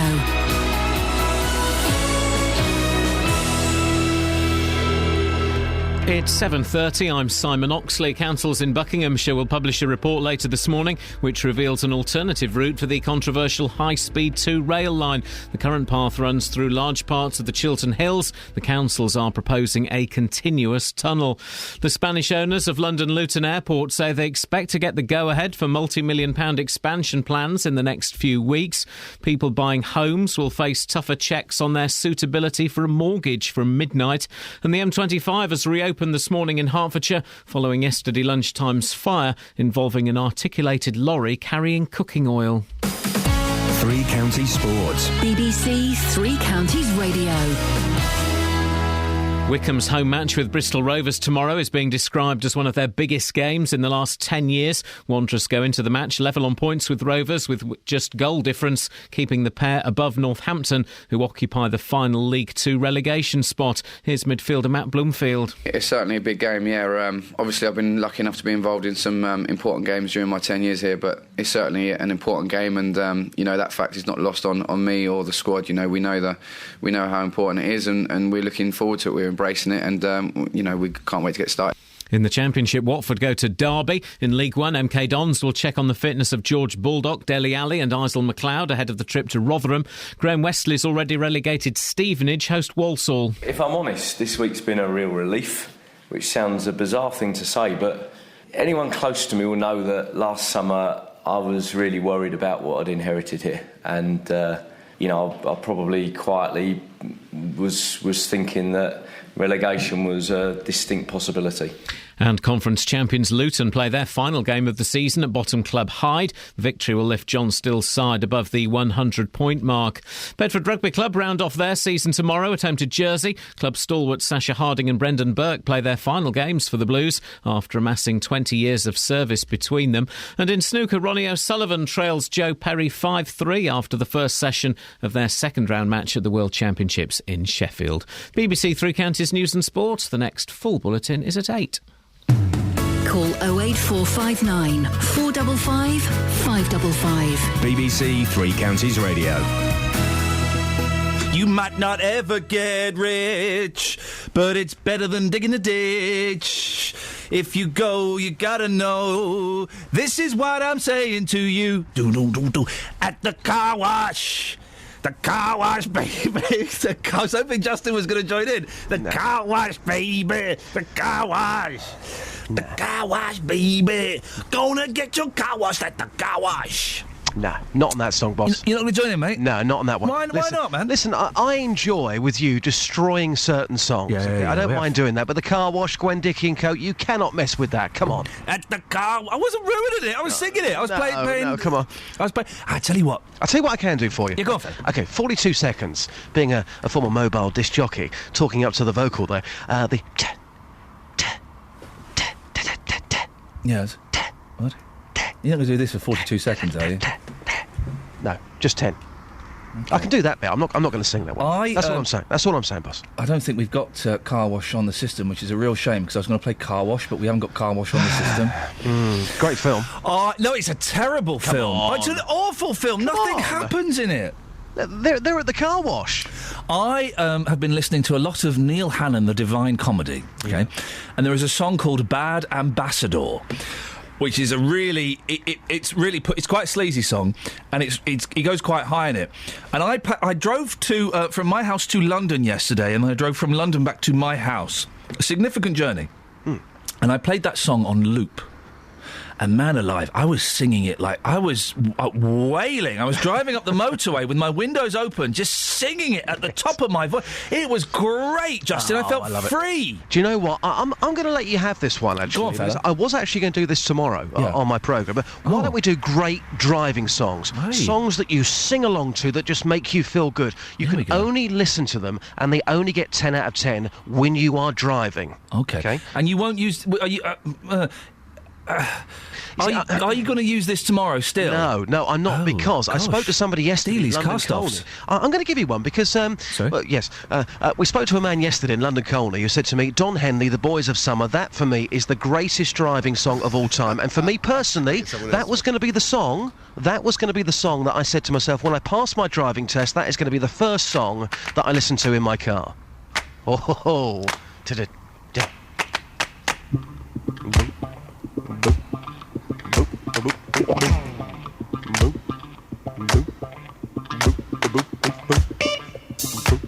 Buffet in the corner. Where's the bride? Come on, guys. Bring your handbags.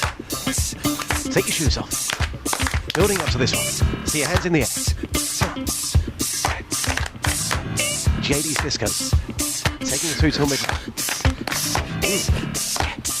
Where's the mum and dad? Yeah, come on down. Last orders at the bar. Here we go, guys.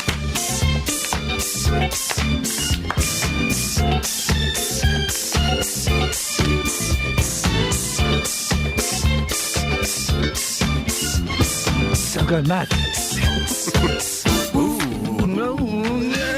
That's enough of that. Now, Rich. Yeah. Anyway, there is. I'm hyperventilating now.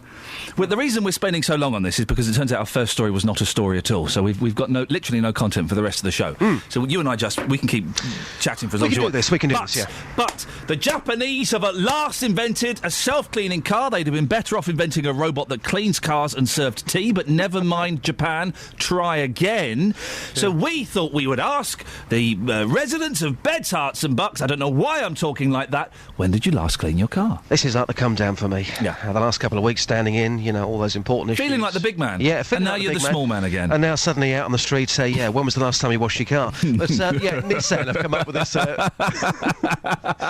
this new vehicle. You think he's joking, kids? He ain't joking. Kids, I am not joking. But no, I have seen the video. It's in the papers this morning. This Nissan vehicle, seriously, it does actually wash itself. The paint they're using. Wowzers. So this morning, Ian, I've been to Caddington in Bedfordshire. I've been asking people the all-important question of the day, and listen out for this on the Mark Forrest Best of England show this evening. How often do you wash your car? Here's what people had to say. I think I'm really going to like this one. I get someone else to wash it for me. OK, so how often does somebody else wash it for you? Once every 2 or 3 weeks. Yeah. Why don't you do it yourself? Too much time, too much hassle. Yeah, I'm getting old. Well, I'm here with Roy. Now, Roy, you claim to wash your car once every week. Surely not, come on. Once a week? It's a white car. I don't like driving a white car when it's dirty. So why'd you buy a white car in the first place? Because I like white cars. So what, on a Saturday, on a Sunday? Is this the same time on the same day every single week? No. Saturday, perhaps Saturday afternoon.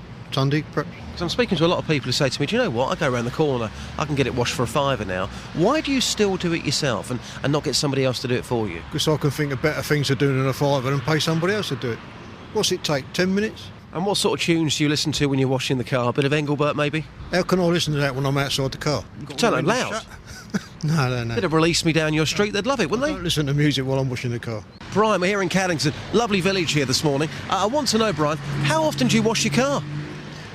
About once every 3 months. Well, I bet your car's filthy, isn't it? And it's white as well. Why do you do it to yourself? Why do you do that to your family? The shame you're bringing on yourself. I'll try and do better. And I love this programme. All the best. Lovely. Thank you very much. Take care. Cheers. Morning, madam. You all right? I'm fine, thank you. Ian Lee sent me out this morning. Wants me to ask you the all-important question. How often do you wash your car? When it's dirty. Every 6 weeks, 7 weeks. And I wash it myself. What do you think about those people who never wash their vehicles themselves and they get somebody else to do it on the tube? Well, my son's like that. He's got a white van and it looks black. His dad and his 4-year-old daughter washed his van 2 weeks ago. What would you like to say to him right now across Beds, Hearts and Bucks? You can get the message across. You've got the weekend coming up. What would you like to say to your boy right now? Dean, wash your own van, not get your 4-year-old daughter to do it. Filthy animal, isn't it? It is, yeah. Thanks very much. You're welcome. Well, it sounds like they were having fun, Justin. Yeah, lots of fun. Lots of fun there. Lots and lots of fun. We've had a message. I've thought of 2 things we can do here. April has emailed in, song on a loop in a car. It must have been the day for it yesterday. I was singing to Led Zeppelin. I got a whole lot of love. I got a whole lot of love. I've never really even heard that song, so I don't know how it goes beyond that. What? Here's something. Here's what we'll do. Hang on, rewind. You've never really heard Led Zeppelin? Whole lot of love. I've heard the bit that goes, I got a whole lot of love. I got a whole lot of love. What is your problem with Led Zeppelin? I don't think they're that good. Stairway to Heaven? Never heard that. Still. I don't know that one. We've got issues. What? Moving forward, we've got issues. So, with two things here, and I really appreciate your cast-off, Justin. That's all right. It's not. Thank you. Trust me, this morning, we need it. Yeah. It's good to see some of the team paying attention. So, songs that you listen to really, really loudly in your car. And also, as a little side issue, my car, we're talking about cleaning cars, the inside of my car is an absolute pigsty. Yeah, I've noticed. No, it's horrible. And on the floor, I was trying to find my phone charger. Turns out it was in my bedroom the whole time. But I had to go through the car. On the floor of the car, I have a mouldy Ginsters that's been there for 4 weeks. Yeah. Unopened. I have Malteser packets. I have caramel bar packets. I buy them when they're £1 for the big one. Sometimes great offer. I have several sandwich wrappers, several the parking tickets you get for the pay and display on the floor, and I have an opened box of 8 handkerchiefs with 3 handkerchiefs in there, untouched, and a copy of Mojo magazine. That's all on the passenger seat floor. Boss, where's this going? Sorry? Where's it going? It's going here, Justin. Okay. What's on the floor of your car? 08459 455 555. Call me now. I've been learning from you, Catherine. That's the kind of stuff you'd come up with. Yeah, it is. Kelly? What's on the floor of your car? Now that's a... Yeah? The mat. No. I wasn't asking you. I'm just saying I've been learning from you two. That's the kind of rubbish you come up with that the punters out there like. I can beat this. Go on. I can beat this, OK. Now, during that piece there, I mentioned to that man... Wow, you're calling it a piece? Yes, it was a piece. Not filler? Yes, filler. Filler. All filler, no killer. I said to that man, do you listen to Engelbert Humperdinck when you're cleaning your car? Now, he got quite angry about serious that. business. Yeah. It was. He said, look, I do not listen to music when I'm washing the car. Well, that's something that I always used to do. Now somebody else washes my car for me. They're very nice Polish people. Do it for, £6, I believe, around the corner from me. It's a good deal. I would never wash my car again. I'll tell you why. Because the last time I did wash my car, about a year ago, I did have music on, and I, unfortunately, was washing the car and waxing it for so long, when I tried to turn the car back on, the battery was dead. Have you ever killed your battery whilst washing your car? OK, right, here we go. Right, OK. That's a good one. It's a great one. So far we've got... What songs do you sing really loudly in the car? Yep. What's on the floor of your car? I've got another one. Hang on a second. Okay, we'll come to it. We've got plenty of room this morning, as we've dropped our lead. Has your battery ever gone flat while cleaning the car? Very specific one. Catherine, you've got one to throw into the mix. What are you storing in your car? Because you've not got room in the house.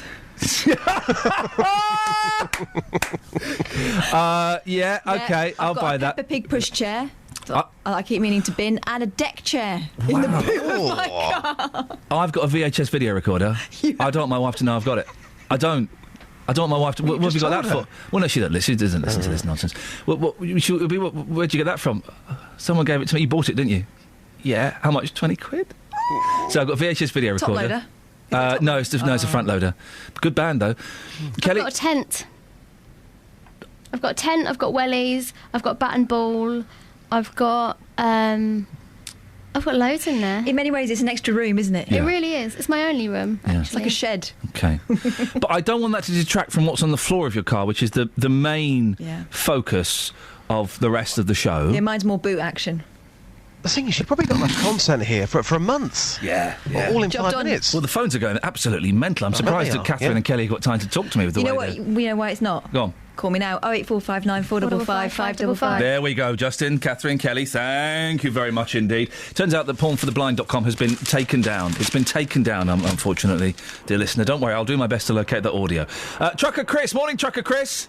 Morning, guys, and Lady Cat. Oh, I'll tell you what, Catherine, you talk to your boyfriend, go on. Hey, Trucker Chris. Hello, darling, you all right? Yeah, I'm all right. I hear you've got songs to drive to. Yeah, the songs I've got to drive to is Steppenwolf, Radar Love, and Golden Earring.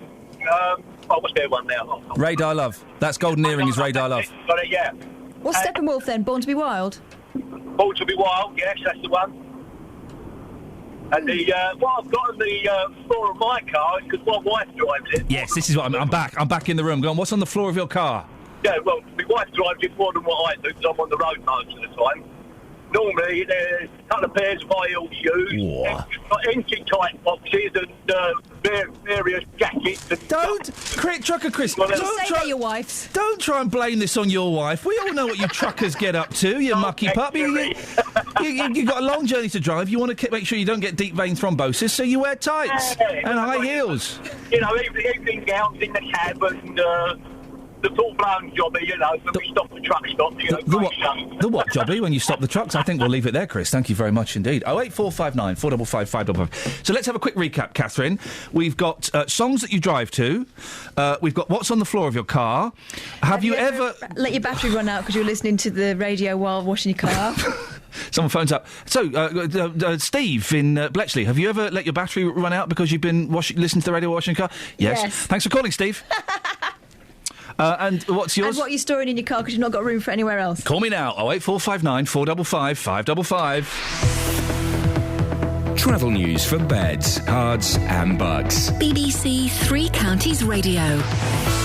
On the speed sensors in Cheshunt, the A10 southbound very slow between Turnford and the M25. At the London Coney roundabout, both north orbital approaches looking very heavy at the moment.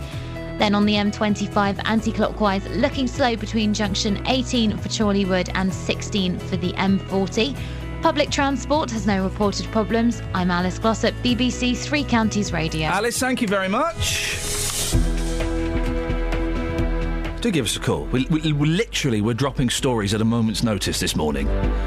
So, man alive, do we need your calls more than ever? 08459 455 555. It's 7:45. It's Friday, the 25th of April. I'm Iain Lee. These are your headlines on BBC Three Counties Radio. Councils in Buckinghamshire will publish a report later this morning which reveals an alternative route for the controversial High Speed 2 rail line. The Spanish owners of London Luton Airport say they'll expect to get the go-ahead for multi-million-pound expansion plans in the next few weeks. And guide dog users in Watford are gathering in the town centre this morning to raise awareness about their rights. Let's get the weather now. It's Elizabeth Rizzini. Beds, Hearts and Bucks weather. BBC Three Counties Radio. Hello, very good morning to you. We've got lots of wet weather on the way, I'm afraid, today. We're starting to see those showers spread up from southern areas, mostly across Buckinghamshire at the moment. Some lighter showers just developing across parts of Hertfordshire. Pretty soon they'll be just about everywhere. The rain on and off through the rest of the day. I'm quite hopeful that into this afternoon we'll get something a bit drier and brighter perhaps, but this in turn could sparkle some thunderstorms. We might well get them a little bit later on through the late afternoon and into the evening rush hours. So don't be too surprised to see some quite difficult driving conditions a bit later on through the day. So all in all, it's not feeling very nice.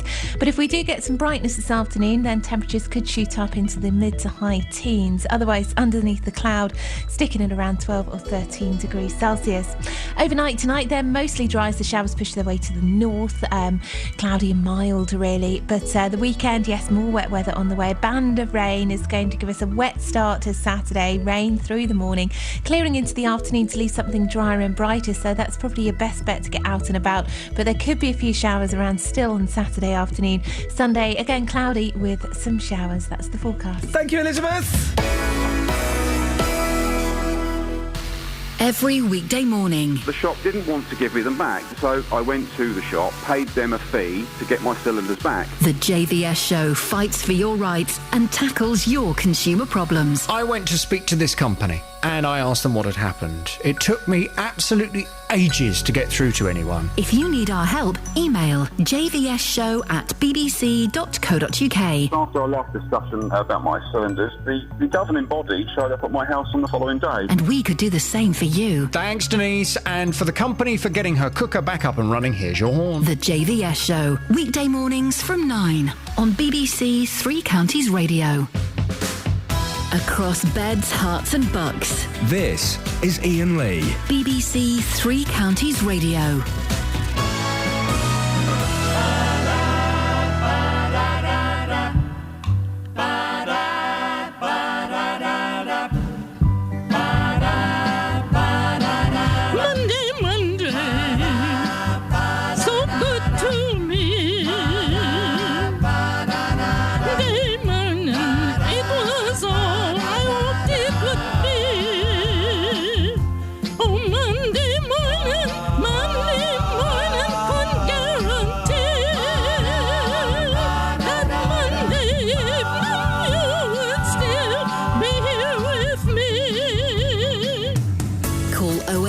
08459 455 555. Wow. BBC Three Counties Radio. Even Papa John Phillips, in his most coked-up, heroined, LSD'd state, must have thought that was a stinker. 08459 455 555 is the telephone number if you want to give us a call. Lindsay's in Hemel. Morning, Lindsay. Good morning. It's a car special this morning. These are the topics so far. We may throw some more into the mix in a minute. What songs do you sing loudly in the car? What's on the floor of your car? Have you ever run the battery out of your car because you've been listening to the radio while you've been cleaning it? And what do you store in your car? Which of those would you like, Lindsay? What I store in my car. You've done what? I store cheerleading pom-poms in my car. Wow, cheerleading pom-poms. Is this for you? No, this is for the kids I teach. Hang on a minute, you teach cheerleading? Can that be taught? I thought that was just an innate ability. No, it can be taught. Anyone can have a go. Wow. So how many pom-poms have you got? I have 40. I thought you were going to say like 4 or 6. And how old are the kids that you teach? They range from 5 up to sort of 11 or 12. And so what kind of events do they doing this at sports events, or are there specific pom-pom cheering events? No, they're school classes with a company called Accelerate Dance and Fitness. Oh yeah. So they're classes that they do in school, before school, at lunchtime, that sort of thing. Right. Okay. Can you show us how it's done now? Not really. Oh, can you not do a cheer for us? I can do. Go on. Wait, Lindsay in Hemel will be doing... She's a cheerleading instructor. Here she is with her own cheer for this show. Lindsay, away you go. 1, 2, 3, 4, cheer team on the floor. 5, 6, 7, 8, cheer team looking great. I-A-I-N, Iain Lee is cool again. K-E-L-L-Y. Kelly Betts is gonna. That's not. I didn't. That's all I could think of. You were Kelly. going to say fly, right? Yeah, beginning with a D. To fly. Who writes the cheers, Lindsay? Do you do that, or is there is there kind of like someone that everyone looks up to as the greatest cheer writer? How does it work? There are standard cheers. Sometimes we encourage the children to write their own, so it makes it more interesting for them. Oh, I would love to hear a 5-year-old's cheer. I can't think of anything better than that. Is there a lot of call for this? Because this is an American thing, isn't it, really? It is, yeah. It's becoming more popular now in the UK. Gosh, I think we might have to send Justin Dealey out to do a cheer with you one day. Lindsay, I appreciate your call. Thank you very much indeed. Wow, cheerleading. Who'd have thunk it? 08459 455 555. By the way, if you have a child between the ages of 5 and 8 and you want them to do a cheer for this show, then we haven't had kids on for a while. I miss having kids on the show. Not since Stephen, the 35-year-old PE teacher. Oh. He was training for 10 years. Yeah, he was. Hang on a minute. We can do some cheers for this show. Ooh, that lady is good at the hula hoop. Morning, cameras. Whoopee, it's the Jubilee. There we go. There's our cheer. Whoopee, it's the Jubilee. That was Kelly Betts recorded this morning, yes. That was when she was sweet. Yeah. Now, if you get to do a cheer, it will all be basically toilet related. Well, if I got my boys to do a cheer, it would all be about poo, bum, bum and willies. Exactly. It would be without a shadow of a doubt. What other kind of cheer would you need?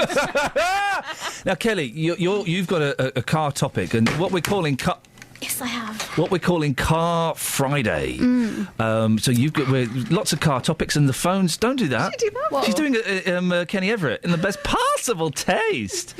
And the phones really are going mental for this. So if you want to call in, I'd suggest calling in now. We may have one line. We've got 12 lines free. At the moment, so now's a great time to give us a call. You're not supposed to say that. Everyone else says, thanks for all your calls. We might just be able to squeeze one more in if you want to try us now. There's a line free. Why it is because everyone is thinking, these car topics are so popular, there's no point in me calling in. I won't get on. Trust me, you will. Kelly, what's your car question? Car crazy question. As you are a professional, is it best for me to give the story first and then the question? Or should I give the question and then my story? Which would fill up the most radio time? Should I do the story first? Yes. Keep everyone in suspense of what we're going to ask. Okay. So... I'm at a festival. No one else is laughing, just us. I know. I'm at a festival. Yeah. I go to open my car door. You know when you go the bleep bleep? My car doesn't do that. Mine's an insertion. Oh. Your car? Yeah. Well, imagine your car did that. Okay, I've seen them. Bleep. Mm-hmm. Yeah, great technology. I go to my car. Until the battery runs out. Press the button. Yeah. No bleep bleep. Oh. I unlock it. Yeah. Open it. Wow, wow, wow. That's the alarm. Wow, wow, wow. I think, oh, well, if I turn the key in the lock, it might stop the alarm. Doesn't. Oh. Can't stop the alarm. Yeah. So we cut the horn. What? Type thing. Yeah. You muppet. So that the alarm doesn't go off anymore. Yeah, that's sensible, yeah. Brilliant idea, isn't it? Yeah. Except every time when I'm driving and I indicate, the alarms go off and all the lights flash. I thought you were going to say it wasn't my car. Yeah. No. Because I've tried to get in other people's cars. I've got in other people. I got in someone's car. Work? There was someone in. No, it wasn't. There was someone in it.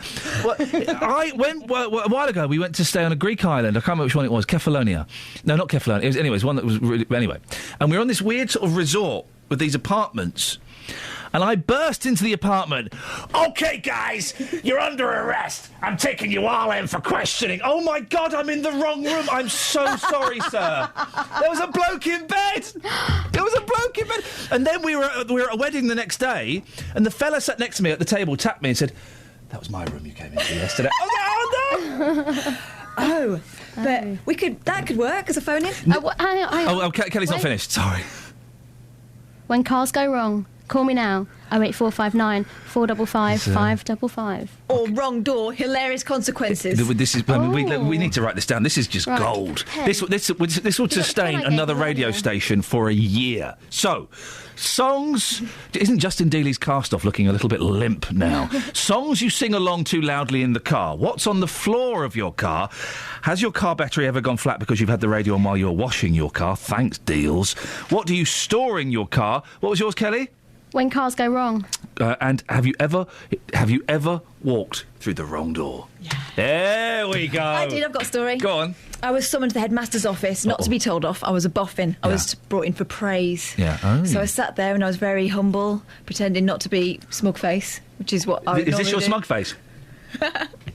No. And then as I left, I said, thanks very much for your time. Left, shut the door behind me, realised I was in his toilet. Yeah. Oh, we read about that these days, don't we? In order to leave, I had to go back into his office. There was a lot of that in the 70s, a lot of that going on. It Right. was in the 70s. How dare you? This is it. Have you ever walked through the wrong door? There we go, dear listener. I knew we'd get there eventually. Ever walked through the wrong door? 08459 455 555 is the. We've all done the thing of opening a cupboard door thinking it's an exit. I've done that quite a lot in my life. More in my life now. The phones are going crazy. More in my life than I would like to think possible. Have you ever shut it behind you and had to come out sheepishly? No, I've not done that. The phones go bonkers. Mm-hmm. Ever walked through the wrong door? We've all done it. I knew we'd get there in the end. Richard's on the line. Morning, Richard. Hi, Ian. Ever walked through the wrong door? I have. And I'm linking the wrong door and the car thing. Oh, mate, bless you. You're very kind. Thank you. You need material, so I thought I'd call up. Don't we, just considering our lead story isn't actually a story, so yeah, we need as much as we can get. Go on. Tell us what you got. Well, a few years back, I was standing at the end of the road waiting for a lift from someone. Yeah.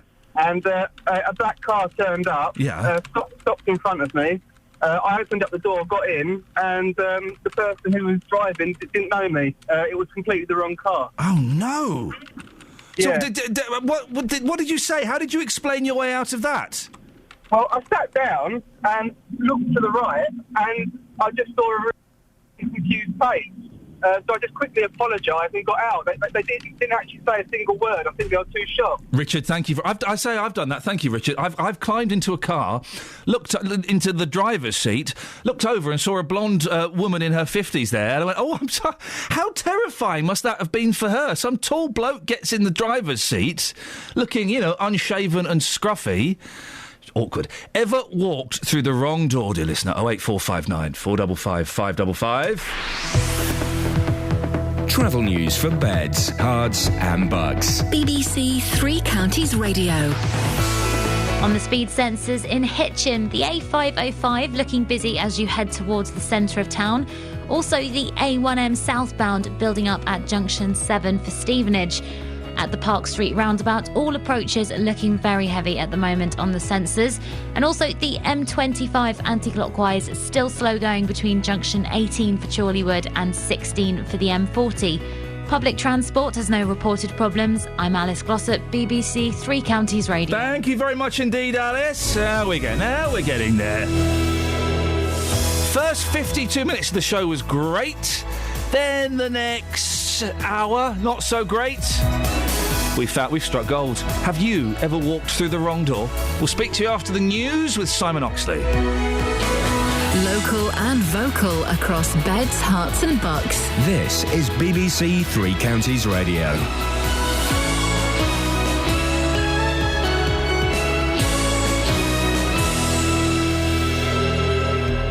It's 8 o'clock. The headlines. Bucks Council's proposed new route for HS2. Luton Airport owners expect expansion go ahead within weeks. And guide dog users making a stand in Watford. BBC Three Counties Radio. Councils in Buckinghamshire will publish a report later this morning which reveals an alternative route for the controversial High Speed 2 rail line. The current path runs through large parts of the Chiltern Hills. Ahead of Monday's parliamentary debate on HS2, Alan Goodrum, the Chief Executive of Chiltern District and South Bucks District Councils, says it's a credible proposal. Our proposal, we think, meets all those issues by having a long, continuous tunnel, and that's what we're going to be launching today, and that's got huge advantages, not just for the landscape and the communities, but actually for the engineering design and the energy efficiency of the route itself. The Spanish owners of London Luton Airport say they expect to get the go-ahead for multi-million-pound expansion plans in the next few weeks. The plans would increase capacity to up to 18 million passengers. The chairman of AENA was speaking at an awards ceremony in London. A father from Luton has been charged with killing his 9-week-old daughter. 32-year-old Adam Stokes from the Runfold area has been charged with the manslaughter of his daughter, Scarlett Stokes-Craig, who died of head injuries in January last year. He will appear before Luton magistrates next month. People buying homes will face tougher checks on their suitability for a mortgage from midnight. New rules being introduced by the Financial Conduct Authority are aimed at ensuring that prospective borrowers can afford the monthly payments. But mortgage broker James Lyndon Travers says the checks could be too tough. It would seem very unfair for some lenders to reduce how much someone could borrow purely based on how much they spend on their gym membership, how much they spend on haircuts, and how much they spend eating out. Labour is setting out plans to give workers new rights to end what it calls the worst abuses of zero-hours contracts. The party leader Ed Miliband will make the announcement during a visit to Scotland. The M25 has reopened this morning in Hertfordshire following yesterday lunchtime's fire involving an articulated lorry carrying cooking oil. The anti-clockwise carriageway was closed between junctions 23 and 21A until around 4 o'clock this morning for resurfacing work. Guide dog users in Watford are gathering in the town centre this morning to raise awareness about their rights. They say some food outlets and retailers have refused them entry. Campaigner Sue Rowan told this programme there's a need to educate shop owners. It is happening more and more. Unfortunately, a lot of these establishments don't really know the difference between a pet dog and a service dog or an assistance dog. We've had a number of guide dog owners who've actually stopped going out altogether because they're very embarrassed. They don't want to cause conflict. In sport, Wycombe's home match with Bristol Rovers tomorrow is being described as one of their biggest games in the last 10 years. Both sides are battling against relegation to the conference. The weather, a misty start with rain this morning, some sunny spells this afternoon, but thundery showers this evening. A maximum temperature 17 degrees Celsius. And you can get the latest news and sport online at bbc.co.uk/Three Counties. BBC Three Counties Radio's big tour of beds, hearts and bucks. It's such a nice place. It's a good place. People are nice. People are friendly. It's all about where you live. London Colney has all the features that you could want. And all this week we're featuring London Colney. I mean, if I had opportunity, I'd live here, in London Colney. I like it very much. The big tour of beds, hearts and bucks. BBC Three Counties Radio.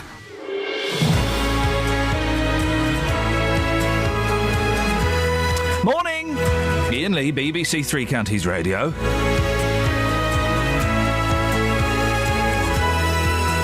Normally I'd be telling you what's coming up in the next hour of the show, well, but today, We're kind of just playing it by ear. We're winging it. We're winging it. Winging. So far, the lead story we were doing turns out wasn't actually a story. This is the BBC. So we've ditched that. This is what we've come up with so far, and my team will let me know if I've forgotten anything. What songs do you sing really loudly to in the car? What's on the floor of your car? What do you store in your car that you could store in your house? Has your battery ever gone flat because you've left the radio running while you've been washing your car? When cars go wrong, and have you ever walked through the wrong door? I think that's everything, isn't it? I think that's a lot, but if you want to throw something else in, why not? I mean, yeah. Literally 55 minutes of air to fill with my voice. We'll be personally handcrafting that 55 minutes. Oh boy, won't we just? If you want to take part, give me a phone call, please. 08459 455 555. Across beds, hearts and bucks. This is BBC Three Counties Radio. And if you don't call in, we'll just play the whole Mrs. Miller album. I mean, that is actually a possibility. Tim's in Bromham. Morning, Tim. Good morning, how are you? Yeah, I'm fine, thank you. Tim, have you ever walked through the wrong door? Well, I have. I thought it was the right door. I checked into a hotel in the Isle of Man when I went over there for work. Yeah. And I took my key up to the room I was given, and I opened the room door, and there was a young lady asleep in the bed. Hello, you thought these are the perks? This is a great hotel. I've had a bowl of fruit and a bottle of wine before, but never that. Yeah, yes, hardly a chocolate on your pillow, is it? What is the... I don't want to go all Michael McIntyre here, but what is it with the chocolate on the pillow? I mean, my boys loved it in Paris when they found sweets on the pillow, but why? Why is that a thing? There's always a risk there as well, isn't there? Chocolate's melting and stuff. Yeah, horrible, I never trust food that's been left by somebody else. It's always a bit... No, I wouldn't eat it. Well, no, I probably would at 2 o'clock in the morning when I was famished. First thing I do when I go into a mid-range hotel is eat the free custard creams.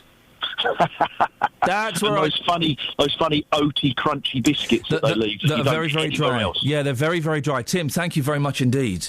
Ever walk through the wrong door? There's a brilliant... Nick Broomfield is a documentary maker who makes excellent documentaries. He was kind of Louis Theroux and John Ronson before Louis Theroux and John Ronson. And there's a brilliant documentary about the death of Kurt Cobain. And he's in this apartment block going to find a friend of Kurt Cobain's who suspects that there may have been foul play. And he knocks on a door and just walks in. And there's just a woman there. And he says, "Are you Stephanie?" No. He walks in with a big film camera and the microphones. "Are you Stephanie?" "No." "Oh, I'm terribly sorry, I've got the wrong room." And just walks out. And it's just a wonderful human moment. Are you a fan of Nick Broomfield? I do like him. He is very, very good. We should get him on the show. This morning. No, let's not, but it's something to think about in the future. 08459 455 555. Now, the government launches the next stage in the HS2 saga on Monday, when it will debate legislation that will allow the railway to be built. It's effectively the planning application. Ahead of that, an alternative plan with more tunnels will be put forward today by local councils and environment groups. Well, Steve Roderick is the Chief Officer of the Chilterns Conservation Board. He joins me now. Morning, Steve. Good morning. Steve, what are you hoping to achieve at this stage into the plans for the HS2 rail project? This could have been done sooner, couldn't it? Well, we've been asking for a long tunnel under the Chilterns since the outset, but the government plans are half a tunnel. In fact, half a tunnel that comes out at the top of a hill in the middle of an ancient woodland. We didn't think that was right, so we've come up with a better alternative. But why have you only just presenting this alternative now? Well, until now, it was the government's job to come up with a good design, and because they didn't, we've had to find our own money to come up with a better solution that we're asking Parliament to consider. We would have loved it if HS2's got a huge budget, hundreds of millions of pounds. Yes. We would have thought they'd have come up with a good design themselves. Well, they obviously think that they have come up with a good design, don't they? What's so special about yours? Well, the Chilterns, as you probably know, is an area of outstanding natural beauty. That means it's nationally protected landscape, and you have to look after it. And when the railway plan came forward, it crosses the Chilterns at its widest point, and you would have thought they would have tunnelled under it to protect that special place. But actually what they did is came out with a plan that had half the route in a tunnel and half on the surface, crossing embankments and viaducts and cuttings. And that caused immense damage to the landscape, loss of ancient woodland and hedgerows and so on. So we thought a fully bored tunnel would avoid all that damage, and that's what we're proposing today, and we think it's realistic, we think it's affordable, and really, from an environmental point of view, the best solution. How much extra would this tunnel cost? It's a small amount more. It's something like £200 or £300 million. But there's an important but in all of this. Yes. Is that if you have it in a tunnel, you save all the blight on properties, which is worth billions, and that's mostly not being compensated. So the cost to local people is immense, and all of that would be saved by this tunnel proposal. I thought the tunnel was going through woodland. It's going under woodland. It's just to save the woodland. It's going to save woodland. It's going to take the route away from local communities. It'll save houses which would otherwise have to be demolished. It would be out of sight and to a great extent out of mind. But the great plus is that forevermore we would save the environment of the Chilterns. The government aren't going to listen, are they? Well, the government's not listening. We're rather hoping that Parliament will. And it's Parliament's job to be the steward of the environment. And they have before them, in the proposal we're putting forward, an eminently workable solution. And given the budget they've got, we think it's affordable. It's incredible how public opinion is against this railway, and yet it looks like next Monday Parliament will vote for it. And if they do that, we hope they will nonetheless make changes to make sure this is the best possible railway they could build. You say public opinion is against it. I've kind of heard both sides of the stories. I've had lots of people say, no, we don't like it because, it's going to ruin our house prices. On the converse, I have heard lots of people say, well, actually, this is quite good. Lots of businesses in Birmingham are looking forward to this. The businesses up north are looking forward to this. So it is mixed, isn't it? Well, you would expect businesses in the city centres of Birmingham and Manchester to want it. It's something for nothing to them. But it's the whole country that's paying the price. You could ask the question, what else could you do with £70 billion that helps the businesses in Birmingham and Manchester and everybody else? But we're not being offered that alternative. All the money's going to a single railway to save a few minutes for a few businessmen. Steve, are we clutching at straws with this plan? It's kind of a done deal already, isn't it? Well, it certainly looks like there'll be a large majority in Parliament in favour of building the railway, but in terms of getting a tunnel under the Chilterns and saving this nationally important heritage, I think that's very doable indeed, and I think a lot of politicians will say, well, if we are going to give the go-ahead to this massive project, we want to make sure it is the best we could possibly do, and spoiling the Chilterns would make them able to make that claim. So we think a tunnel is eminently feasible. Steve, I appreciate your time this morning. Thanks very much for explaining that. It's Steve Roderick, Chief Officer of the Chilterns Conservation Board. Call 08459 455 555. BBC Three Counties Radio. Some texts on cars. It's a car special today. I don't remember why. Mike in High Wycombe says, Hi guys. We was going out. We were. You were. I was. We weren't. We was going out for a family meal and my niece was trying to reverse her car, but she was having trouble as it was a new car. Yes, when I had this hire car at the weekend, I kept saying, how do I get this thing to go backwards? So, because some of them you have to lift the knob, the gear shaft. Lift and coax. Some you have to lift and coax. Some you just pull. Some you push down. Yeah, some you push down, and this one the reverse was at the right hand side. Anyway, so I jumped out from the back seat to see her out. Once she was out of the space, I opened the door to get back in, but I opened the driver's door and I sat on her. Ever been through a wrong door, you see? It's a great one. Ryan in Hemel Hempstead, I was working in a block of flats once on the second to top floor, went to get something out of the van, went back up to the third to top floor, walked into a different flat to frighten the hell out of a man eating his breakfast. Ever walked through a wrong door?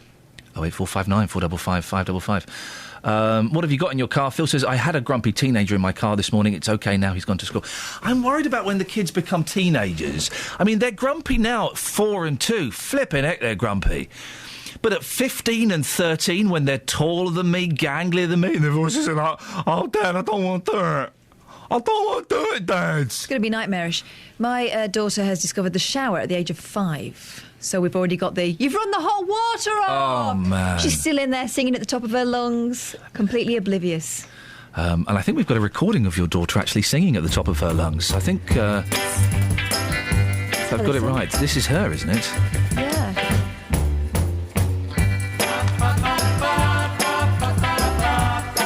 That's me and her dad. Won't you come home, little baby?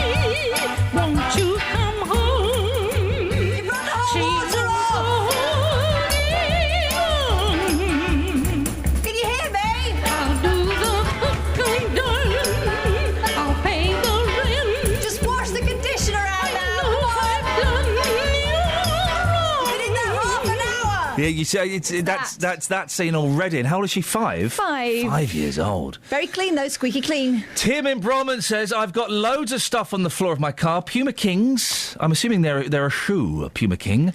Unless it's actually the king of the Pumas. Wow. Pretty cool, but dangerous. Shin pads, empty Quavers packet, empty Subway wrapper. Oh, I fancy a Subway. Pink Happy Birthday wrapping paper, a pair of socks and an empty sports drink bottle. I also store a bag of futsal balls and... I have no idea what you're talking about. Kelly Betts, your hand was raised. Yeah, I'd like to make... Sorry, Kelly Betts, your hand was raised. Yes, I'd like to make a public... Yes. Hello? Go. Hi. Over here. I'd like to make a public apology for anybody following at BBC3CR on Twitter. Have we been hacked? No. Oh. Well, only by me. Oh, what have you done? I've oh, bless you. Oh, you did a girl sneeze when no noise tried comes to out. stifle it. But boys can't do that. Why, what happens? Their brains explode. I've posted all of our talking points on Twitter. Oh, mate. In a stream of 4 tweets. Dom has said, Ian, I walked through the wrong front door once. The door was open. The couple were busy. No. Oh. Hoovering. Yeah, they were hoovering vigorously. Travel news for beds, cards and bugs. BBC Three Counties Radio. On the speed sensors in Bedford, the Bromham Road is heavy as you approach the centre of town from Biddenham. Also between Dunstable and Houghton Regis, the A5 busy in both directions. And in Stevenage, there are queues towards the A1M between the Roaring Megs roundabout and the Glaxo roundabout. The M25 anti-clockwise, slow going between junction 18 for Chorleywood and 16 for the M40. Public transport has no reported problems. I'm Alice Glossop, BBC Three Counties Radio. Thank you very much, Alice. Excellent stuff, as always. Right, it's 8:16. It's Friday the 25th of April. I'm Ian Lee. These are your headlines on BBC Three Counties Radio. Councils in Buckinghamshire will publish a report later this morning which reveals an alternative route for the controversial High Speed 2 rail line. The Spanish owners of Luton Airport say they expect to get the go-ahead for multi-million-pound expansion plans in the next few weeks. And guide dog users in Watford are gathering in the town centre this morning to raise awareness about their rights. Coming up, it's JVS. BBC Three Counties Radio.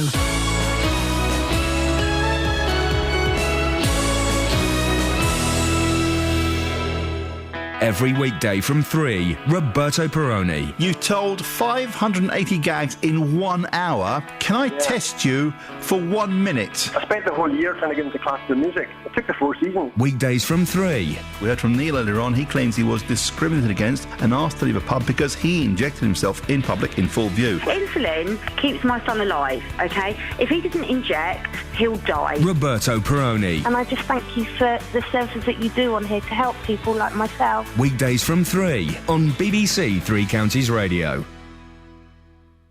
JVS. Good morning to you. Are you well? I don't normally... We've had a little bit of a bitchy conversation. No names. No names to pack. But I imagine this, if you have in inverted commas, a proper job. Yeah. In an office or in a shop, a regular job. Yes. These are the kind of conversations you have all the time. Working in show business, as we do. Is this show business? Unfortunately, yes. Is this as showy as it gets? Yeah, this is it, love. Wow. In this kind of environment, we don't get to have the conversations where a little bit bitchy. We've just done it, and it feels wrong, but it feels so good. You like that, yeah? Oh, I do like that, yes. I do like that a lot. Thanks, Jonathan. By the way, I forgot to bring in my Mr. Musculo for you. Yeah, I know.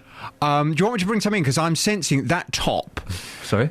Oh, this is going to sound so rude, isn't it? It already does. You've got to say I didn't mean it like this. When we talked about the bitching, I meant, not about us. But you're wearing a white top. Yeah. That's clearly been washed with some colours at some point. This top is about 10 years old. Yes, but you put a bit of my Mr. Musculo in with that, and that will bring it right back. Give it a zhuzh. I'm happy with... I think this top looks nice. Oh, but if it was white again, it would look really nice. What's wrong with this? I mean, it's kind of... It's almost white. It is almost white. No, I have clothes that have gone the same way. It's very frustrating. I'm not frustrated. Oh. The shirt you were going to bring the Mr. Musculo in for has gone to the bin. You threw that away? Yeah, I threw that away. Can you remind me later? Yes. Text me at home. No. And I'll bring in my Mr. Musculo for you. I don't need it. No. It will bring that right back. To what? White. This is almost white. I mean... Well, it's quite a few shades away from white, if truth be told, isn't it? It's more like a light grey. It's like that sofa you were dealing with yesterday. It is, it's just like that. You should give her some Mr. Musculo. Exactly, rub a bit of Mr. Musculo in there. It's wear and tear. Yes. Wear and tear. Well, I'll bring him a Mr. Musculo. What's in your show this morning? Coming up on the big phone in this morning from 9, I'm asking, do you agree with Nick Clegg that the Queen should be removed as head of the church? Have you heard this? Oh, no, I've missed this one. Go on. Deputy Prime Minister Nick Clegg has told his radio audience that he'd like to see the Queen removed from her role as head of the Church of England. Oh, dear. He argues that in the long run, it would be better for everyone if the church was left to stand on its own 2 feet. Oh, dear. Although he accepts this couldn't happen overnight. Why are you oh-dearing? What's wrong? Well, I just... no, I mean, oh, dear. The monarch has been head of the Church of England since Henry VIII split the church with the Pope in Rome back in 1534. Gosh. Under this new plan, the Queen would no longer be defender of the faith, clearly separating the church from the rest of the secular state. Well, from 9 this morning, I want your views on this. Do you agree with Nick Clegg that the Queen should be removed as head of the church? Earlier this week, of course, we spoke about David Cameron's comments and the fact that he was saying this is still a Christian country. A lot of people were contacting me saying, is it really, though? Or is it not more of a secular country now? Yeah. It's most people don't believe in anything at all. And if they do, they don't go to church. So is it really quite right and proper that our head of state is also the head of a Christian church? Or should we separate her? Your views from 9 on the big phone in. Do you agree with Nick Clegg that the Queen should be removed as head of the church? 08459 455 555. That's my telephone number. We'll discuss it from 9. Make her Buddhist. Make her Muslim. Maybe give her a few others. Maybe she could swap each month. It's April, so this month the Queen is Jewish. Well, you could do. Would that work? I sense there might be 1 or 2 problems with that. OK. Thanks very much, Jonathan. Thank you. Across beds, hearts and bucks. This is Iain Lee. BBC Three Counties Radio. Okie dokie. They're always worth a listen. And I missed a lot of Jonathan's show yesterday, but I did hear the excellent Consumer Hour from 11 o'clock. And boy, those ladies were angry about their off-white sofas. They was angry. And there was... I do like it as well. What was it? There was... it was the old woman's car. I do like it when, he's kind of offering some sort of resolution. Nope. So what are you going to do then? I'm going to take them to court. Right, well, you need to write them a letter. No, not going to write them a letter. No, you need to. No, I'm just going to take them to court. Well, then you're going to lose. That was great. I love it when he's... Listen, honestly, if you phone up, you may not like what he says, but I would listen to it. He knows what he's doing. You've got to write them a letter. No, going to take them to court. Always worth a listen. We're asking, have you ever walked through the wrong door today? Because, well, why not? Keith's in Milton Keynes. Morning, Keith. Good morning, Ian. Keith, ever walked through the wrong door? Well, my wife did. Oi, go on. We was in Italy, and we were staying on the 2nd floor. Yeah. And my wife had to go downstairs to a reception for something. Yes. And she came back, and she forgot we were on the 2nd floor. Yeah. So she walked in the room directly below us on the 1st floor. Oh. And there was a couple. Oh, no. Having more than an afternoon nap. Oh, no. They were having afternoon delight. Yeah, and she just walked straight out. And they were talking to another couple who was English. Yeah. And they said, was it... and she overheard them saying that somebody came into their room that afternoon. Yeah. Oh, no. How embarrassing. And the thing is, it's when I burst into this room in Greece and said, you're all under arrest, it's the FBI. That was what I said, it's the FBI. And I saw it was the wrong room. I was mortified. I just died inside. How did your wife feel? She was mortified at first, and then she just burst out laughing.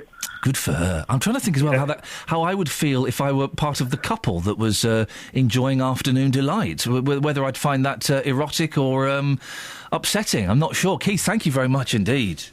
Ever walked through the wrong door? It's South African Greek Jim. Morning, South African Greek Jim. Kalimera. Kalimera, Tikanis. Καλά, πολύ ωραία. Πολύ καλά εσύ. Εγώ είμαι ο ξάδερφος σου από την Νότια Αφρική. Well, it's easy for you to I'm say. your cousin from South Africa. Oh, yes, of course, South African Greek Jim. We know that and we appreciate it and we embrace you. I'm phoning up to see how you caught on at Pascha, whether you had a good Easter. I didn't go to Basra. Did you go to Greece? Christos Anesti? Christos Anesti. Christos Anesti. Oh, by the way, Catherine, Christos Anesti. Back at you. There we go, you see. How many kilograms did you put on with the coloured eggs and the flaunas? We got the coloured eggs are great. They just dye boiled eggs, hard-boiled eggs red, which is great. So you get to eat loads of eggs. I didn't go to Greece in the end. Instead we went to Euro Disney. And here's the thing, Jim. Here's the thing. Yeah. I've not had one Easter egg this year. No one bought me Easter eggs this year, Jim. I haven't had a single one. I've lost weight over the last 2 weeks. Oh, dear. Yeah, oh, dear, you haven't indeed. Got your Greek mother-in-law near you, that's why. She's in Greece. She naffed off to Greece and she didn't look after us. She didn't leave us anything. She didn't leave us any frozen meals, anything with silver foil or greaseproof paper over the top of it. None of it. What's the traditional dish out in Greece, where your wife comes from? Is it kalitsounia, flaunas, magiritsa? Oh, do you know? I don't know. I know they love. What's whole lamb roast beef. It's a lamb. Yeah, it's a lamb. But they also like. What's the kind of? They used to sell it in a shop called Fat Boys. There was a shop called Fat Boys until they closed it. The meat in pitta thing. Not doner. No, not kebab. Kokoretsi. No. Kokoretsi. Souvlaki. Souvlaki, yeah, whole animal. Yeah, they like a lot of souvlaki over there, yeah. Souvlaki, yeah. The tradition is whole lamb with a stick right through you it. Stick right up it. Yeah. And then they shove it on a fire and then you eat some of that bad boy. Ooh, I'm getting hungry. And you wash it down with lots and lots of Greek wine. Beautiful. Beer. Beautiful. Greek Jim, always nice to talk. He's got me hungry now. I'm still eating meat, by the way. And it turns out I'll eat... Sorry, Kelly? What? I'm still eating meat. What? Where was the memo? Here. So... And I will eat any old guff now. At the weekend, Tuesday, haggis. That's lungs. Lips and backsides, as my mum would say. And then on the Wednesday morning, black pudding. Okay. You've gone you've gone dark a bit, haven't you? I've gone feral. I will eat... Did it have a face on it? See, I don't mind eating stuff like that, but, I've not been a vegetarian for how many years? 25. You've gone straight for the hard stuff. Man, I'm in there. This is why I couldn't go back to drinking, because I would be off my face. I'd be all over the shop. It wouldn't be lagers, would it? No. I wouldn't. How do you feel? Sorry? How do you feel? I feel hungry. Do you? Yeah, I do, actually. I feel good. I mean, inside I'm dying, but I'm feeling good. Okay. Carpet Martin's answering all the questions on Twitter, is he? Do you want to give us a little... we've got lots of questions. Yeah. Let's go through the question and the answer, Kelly Betts. I forgot them. So question 1 was songs you like driving to. Yes. His answer, Price Andre's version of A Whole New World. Oh, that's beautiful. Yeah, that is a great version, yes. Yeah. 2 was... what was 2? What's on the floor of your car? What's on the floor of your car? He says, it's covered in sherbet, had a Swizzles disaster yesterday. Swizzles disaster. Have you ever let your car battery go flat because you had the radio on while you're cleaning the car? He says no, but once fell asleep in Asda car park in Battersea and woke up to a flat battery. There we go. Dear. What do you store in your car? I have a large dog cage in my boot that has no place in my house. I've never owned a dog. Those dog cages are weird, aren't they? Cars gone wrong. When cars go wrong, you fix them, ? Don't get it. And ever walk through the wrong door? He hasn't got to that one yet. OK, 08459 455 555 is the telephone number. I look forward to getting Carpet Martin's answer. It's BBC Three Counties Radio. Let's get the travel news now. Here's Alice. Travel news for beds, cards and bugs. BBC Three Counties Radio. In Hitchin, both the A505 and A602 looking heavy as you head towards the centre of town on the speed sensors. And in Luton at the Kidneywood roundabout, both approaches looking heavy at the moment as you head towards the motorway. Between Dunstable and Houghton Regis, the A5 busy in both directions. And in Cheshunt, the A10 southbound queuing between Wormley and the M25. Public transport has no reported problems. I'm Alice Glossop, BBC Three Counties Radio. Alice, thank you. News just in. This is breaking news. Carpet Martin has answered the last question. We'll find out exactly what he has to say and which wrong door he walked through, if any, after the news with Simon Oxley. Across beds, hearts and bugs. This is BBC Three Counties Radio.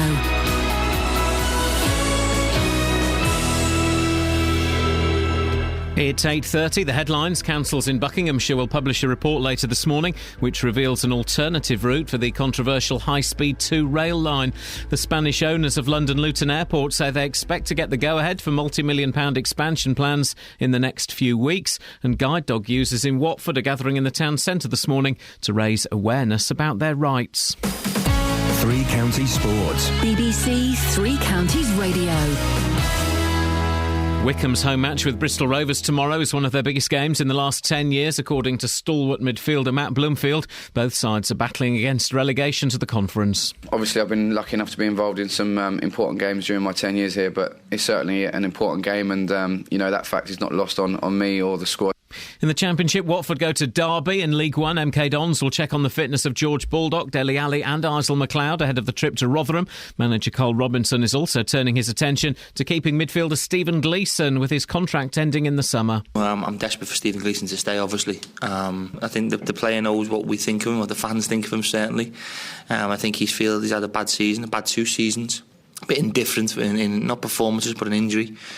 But I'm sitting down with his advisors over the next 6-7 days, and hopefully we can put it on a table that makes him stay. Elsewhere in League One, Graham Westley's already relegated Stevenage host Walsall. If I'm honest, this week's been a real relief, which sounds a bizarre thing to say, but anyone close to me will know that last summer I was really worried about what I'd inherited here, and I probably quietly was thinking that relegation was a distinct possibility. And conference champions Luton play their final game of the season at bottom club Hyde. Victory will lift John Still's side above the 100-point mark. Bedford Rugby Club round off their season tomorrow at home to Jersey. Club stalwarts Sasha Harding and Brendan Burke play their final games for the Blues after amassing 20 years of service between them. And in snooker, Ronnie O'Sullivan trails Joe Perry 5-3 after the first session of their second round match at the World Championships in Sheffield. BBC Three Counties News and Sport. The next full bulletin is at 9. Walking around with a little bit, if I'm honest, Simon, a little bit of a swagger this morning. Your pockets are a little bit heavier today, a bit aren't heavier they? this morning, yes. Yes. Just a rattle of change amounting to about £5. No, let's be honest, amounting to exactly £5. That was the bet. The bet. Well, I can't remember what the bet was that you tricked me into, like Darren Brown. Yeah, something to do with Luton winning the conference by a country mile, and they've done it. They did it, and I paid you the £5 a day yes, in change. Did, yeah. And you did that thing, and the patronising thing of every. Oh no, listen, it was just a bit of fun. You don't have to give me the money. Yeah, but then I walked around just to make sure you were going to give it to me. And it was in change. And I saw you looking down and counting it as you walked back as well, just to make sure. I'll win that back. That money will be mine again. Don't you worry. Perhaps the World Cup. Simon, I'll come up with something. I will see you there. Thank you. Across beds, hearts and bucks. This is Iain Lee. BBC Three Counties Radio. Listen, I am. If I make a bet, I stick to the bet. Always. Yes, I'm glad to see that. And yes. It was done with aplomb. Yes, it was. You could have found a fiver though, giving him those. I know, well, the thing is, I was looking for a fiver, and Simon was in the other day, and I looked for a fiver, and I didn't have it, and I thought, if I keep doing that, I'm just not going to give it to him. I'm going to be the big man here, and I'm going to give him the £5. And it just means that one of the children will have supper tonight, and that's fine. The other one's getting a bit tubby, so that's fine. I'll get that money back. It'll be mine again. 08459 455 555. Apropos no news, we are asking, lots of things about cars. What's on the floor of your car? What do you store in your car? And also, have you ever walked through the wrong door? Ever walked through the wrong door? Well, Carpet Martin has been tweeting answers to all of these questions and more. We're still waiting for the update on has he ever walked through the wrong door, Kelly? Yeah, it's just come in now. I walked through the wrong door and they made a film about it. Pleased that at the end of my version, Paltrow dies. There we go. Thank you very much indeed. Victor, Justin will come to you in a second. Victor's in Luton. Morning, Victor. Good morning. Victor, ever walked through the wrong door? Yeah, quite a few times. Oh. One really sticks out in mind, and that was... Whose mind? Well, my mind. In your mind, yes. Yes. We were having a stag night, and towards the end of the evening, I had one or two sherbets. Good for and, decided to go to the gents. So at this time, I walked through a door and... did my business and then came out and there's a machine on there and I put my £1 in or £2 in to get whatever comes out and it wouldn't come out and I'm pulling and I'm pulling and I'm pulling and that's when all of a sudden I realised, hello, there's no urinals there. Yes. So you can guess what sort of machine it was in the ladies' toilet and I'm trying to get something else out. So you, a little bit woozy, you went into the ladies' toilets, you were trying to buy something so that you could enjoy safe sex later on that evening. That's right. So was it your stag night? No, it was somebody else's stag night. OK, but you were all having a little bit of luck. And instead of getting contraceptive devices, you were trying to buy Tampax. Tampons, yes. Oh, and dear. that's when it realised, hello... Yeah. Because I was going to go and complain at the bar. Don't. Aren't ladies' toilets clean? Yes. Aren't they? Yes. How do they? There's no graffiti. There's no wee-wee on the floor. It's so clean. No, I've got to dispute that because I used to work as on the door in a nightclub in Watford. Yeah. And at the end of the evening, you used to go in and have to clean up, and some of the graffiti in there was worse than I've ever seen in the men. Really? Yes. Victor, thank you very much indeed. Is that graffiti in women's toilets, Catherine? Does that happen? It can happen, yes. There's nothing. I've got to say this. As a 14-year-old boy, there is nothing more. There is no greater rush in life. There's no greater thrill. Forget your bungee jumping. Forget whatever it may be. There is no greater thrill than being bundled into the ladies' toilets at school by your mates, and you kind of stand there, go, "Oh my God! Oh, it's different! Oh, it's so clear," and then running back out. Just that 10, 15 seconds of being in the girls' toilets, pushed in there by your mates. It's better than any drug. It's better than any thrill, any fairground ride. That being pushed in there. Wow. Well, it's not the same feeling the other way round. No, I bet it's not. I bet it's not. Don't know what you guys do in there, but it's... We do know what you're doing there. Yeah. Still there. We have a great time. It's right, Justin. Were you ever bundled into the girls' toilets at school? Yes. It was a real rush of excitement and danger. In recent times as well. Sorry? Just saying. You're nearly 40. No. Awkwado. Absolutely. Justin, we've been struggling to fill airtime today. I think we've got away with it. Yeah, but listen, I've got a question for you, boss. Is it, have I ever let my car battery run down because I've had the radio on whilst cleaning my car? No. This is thinking on my feet here. Okay. Which band were named after toilet graffiti? There you go. Oh, I know this. Come on. I know this, right. It's not 10cc or the Loving Spoonful. We know what they were named after. Yes. Which band was named after toilet... Kelly, you're right? Group. We can't really call them a band. Well, Kelly, what's wrong? / group. Hang on, Kelly's... Sorry, no, nothing's wrong. What's wrong? I think I'm crying over what's happening. Okay. It's a genuine question. Okay. And they were very, very big in the 1980s. The 1980s. It was a group, not a band. What does that mean? Well, the way I see bands, okay... Take That! No, it's not Take That. Bros! No. Bananarama. Nope. Funboy 3? Nope. What year? What sort of year? Okay, they had their huge hit, their number one hit back in 1983. London Boys. No, the London Boys. Come on, somebody would get this. Which group were named after seeing toilet graffiti? Somebody would get this. What did it say? Well, that's giving away the answer. It's not I Want to Touch You, is it? No. Wonder what they were named after. Come on, somebody would get this. 0849 455 555. Well, Justin. Kelly, you're right. What's wrong? What's wrong, Kelly? She really is suffering today. She really is. This is an education for her. I've got no idea what's going on here. Wow. You right, Kelly? OK, well, 08459 455 555. Justin.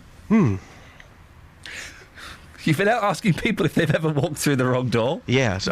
What have they had to say? For some reason, this is working this morning. I know. It shouldn't, should it? But it's it really a strange is. old morning. So, I've been getting people's stories on this, and remarkably, we have picked up a few. Listen to this.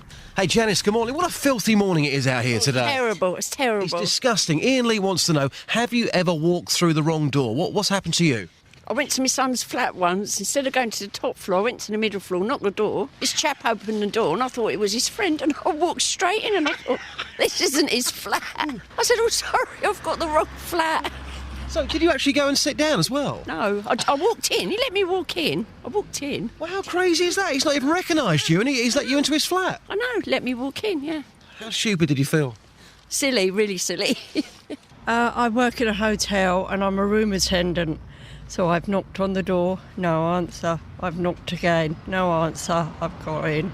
A surprise, man and lady in bed. What do? You excuse yourself and you walk away. Still having nightmares now? No. It's become a bit of a laugh now. You know, you just apologise and that's the best you can do. I mean, how often does this happen? Well, if people don't answer you, you're going to assume the room's vacant and go in, so... Yeah, it's embarrassing for you, it's embarrassing for them.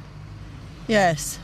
Vera, you're telling me you got into somebody's car by mistake? What happened? You get in, you think, oh, this ain't the car. I've done that a few times.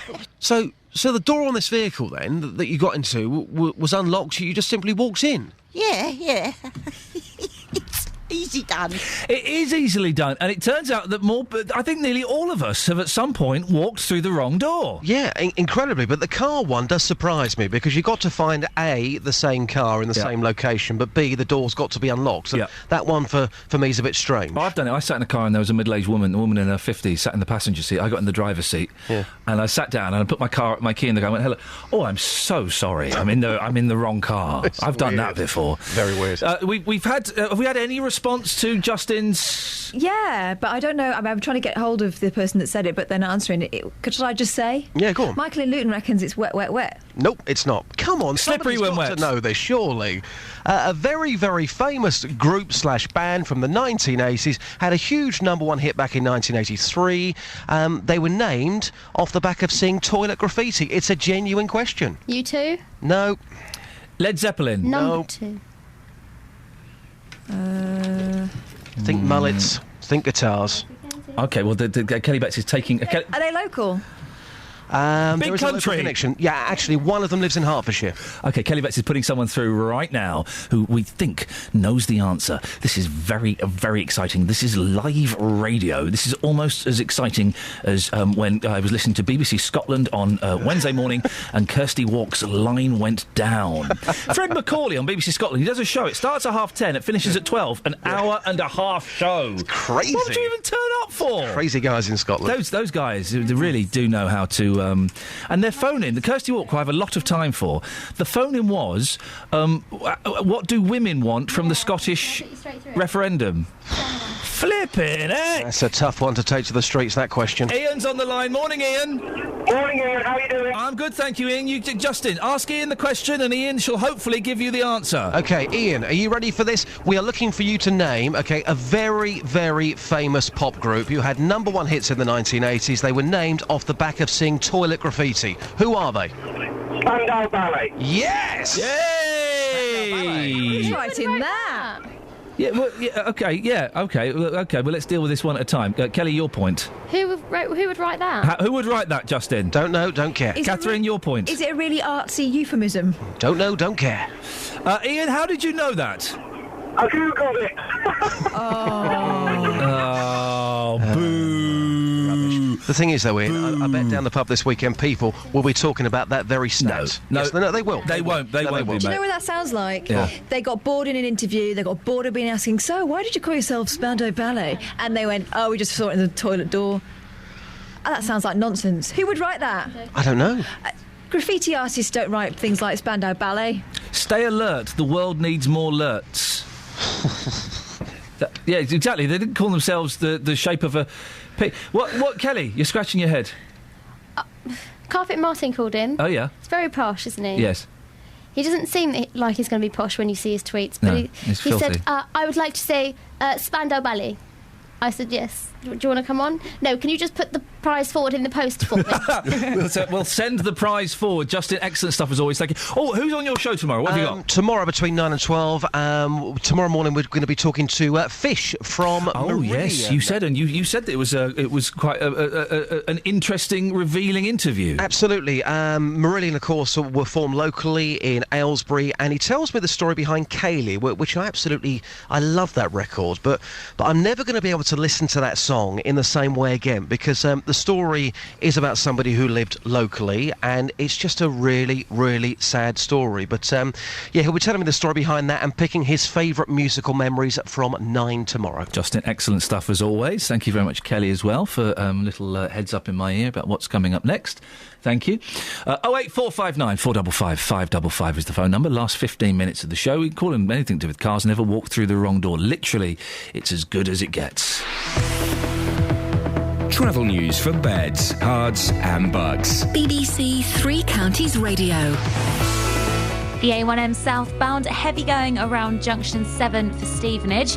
On the speed sensors in Luton, heading away from the centre of town on the A6, things looking slow between the Stockington Road and Birdsfoot Lane. Between Dunstable and Houghton Regis, the A5 is heavier than normal at the moment in both directions. Also in St Albans, things looking busy. There are queues on the Hatfield Road and St Peter's Street, and that's all approaches of the roundabout looking very busy as well. Public transport has no reported problems. I'm Alice Glossop, BBC Three Counties Radio. Alice, thank you very much indeed. 8:46, it's Friday the 25th of April. I'm Iain Lee. These are your headlines on BBC Three Counties Radio. Councils in Buckinghamshire will publish a report later this morning which reveals an alternative route for the controversial High-Speed 2 rail line. The Spanish owners of London Luton Airport say they expect to get the go-ahead for multi-million-pound expansion plans in the next few weeks. And guide dog users in Watford are gathering in the town centre this morning to raise awareness about their rights. Beds, Herts and Bucks weather. BBC Three Counties Radio. Now, Elizabeth... Hello? Hello. You're there. It's your last weather bulletin with us for quite some time. Yes. You're going off to have a baby. I am. A little girl. Well done. They are little generally. You hope they're little, otherwise it's terribly painful. Do you need to sit down? You sitting down? I'm sitting down. Yeah. Oh, okay. Do you want a glass of water, a cup of tea? Yeah, I'll have a cup of tea. Do you want a little back rub? Yeah. Oh, thanks. Yeah. That sounds fun. You listen. You take your time. Deep breaths. There is no rush, Elizabeth. The flippin' X that. There's no rush whatsoever. You just do the best you can. All right. Okay. Elizabeth Rizzini, this is the last weather report we're going to get from you for quite a while. Who's going to take your place? It's not Kate, is it? No, Kate's carrying on as normal as she does. Okay. It'll be Sarah and Georgina, so you've heard from both of those. Well, Georgina's good. Yeah, and Sarah's good as well. I mean, none of them compare to you, Elizabeth. Careful, she's sat next to me. Which one, Sarah? No, I'm only joking. She's downstairs in the weather centre. So she can't hear us. She's rubbish at doing the weather. She gets it wrong all the time, and I think she's tipsy. Elizabeth, no, she's not. Back. No, don't! For goodness sakes, I'll get done. The BBC take that stuff very seriously. All of the weather team we have here are excellent, but you're the best. You're certainly the most pregnant, as far as we know, and you just take your time, Elizabeth. Enjoy it. Thank you. The next few moments, they're yours. Elizabeth Rizzini with her last weather report for BBC Three Counties Radio for several months. She's not having a baby till the end of June, but she's taking time off as of today. Away you go, Elizabeth. I certainly am, yes. I wish I had better news as well, because we've currently got some rain spreading up from the south. It's turning quite heavy, actually, towards parts of Berkshire at the moment, so that will soon be into Buckinghamshire, southern areas of Buckinghamshire. We could even see some thunder around, a little bit of hail perhaps. Certainly some outbreaks of rain on and off through the day. Some of it will turn quite heavy at times. Perhaps something drier, brighter this afternoon, but where we do get a bit of brightness and we perhaps see the clouds thin and break, we'll get some high temperatures, possibly up to 19 or 20 degrees. This sounds like it should be for Enjoy yourself, Elizabeth. This is your moment. Enjoy it. I'm not going to interrupt. Enjoy yourself. I feel like I should mention that we might get some pretty heavy thunderstorms around for later on into this evening's rush hours, so maybe some very difficult driving conditions then. You must watch out for that. And then for the weekend. Don't just ignore the music, Elizabeth. Just you carry on. You're doing great. Is that Margarita lady? No, this is Mrs. Miller. I forgot she sang on this. I thought it was an instrumental. Away you go. Continue. Okay, so for the weekend, we can expect to see some rain around on Saturday morning, drier and brighter on Saturday afternoon, cloudy with some showers. On Sunday, like I said, the weather's rubbish at the moment, but I'm hoping for a long and a hot summer. Just for me, you realise. You don't want it hot while you're pregnant, Elizabeth. No, not hot when I'm pregnant, hot when I had the baby. Well done. Well, listen, it's been lovely working with you. We'll see you later in the year, I hope, and best of luck. I hope it all goes well. Thank you. Enjoy it, Elizabeth. Bye-bye. Ta-ta, bye-bye. Dedicate this to Elizabeth and her future daughter. Who knows, maybe she'll call her Miller.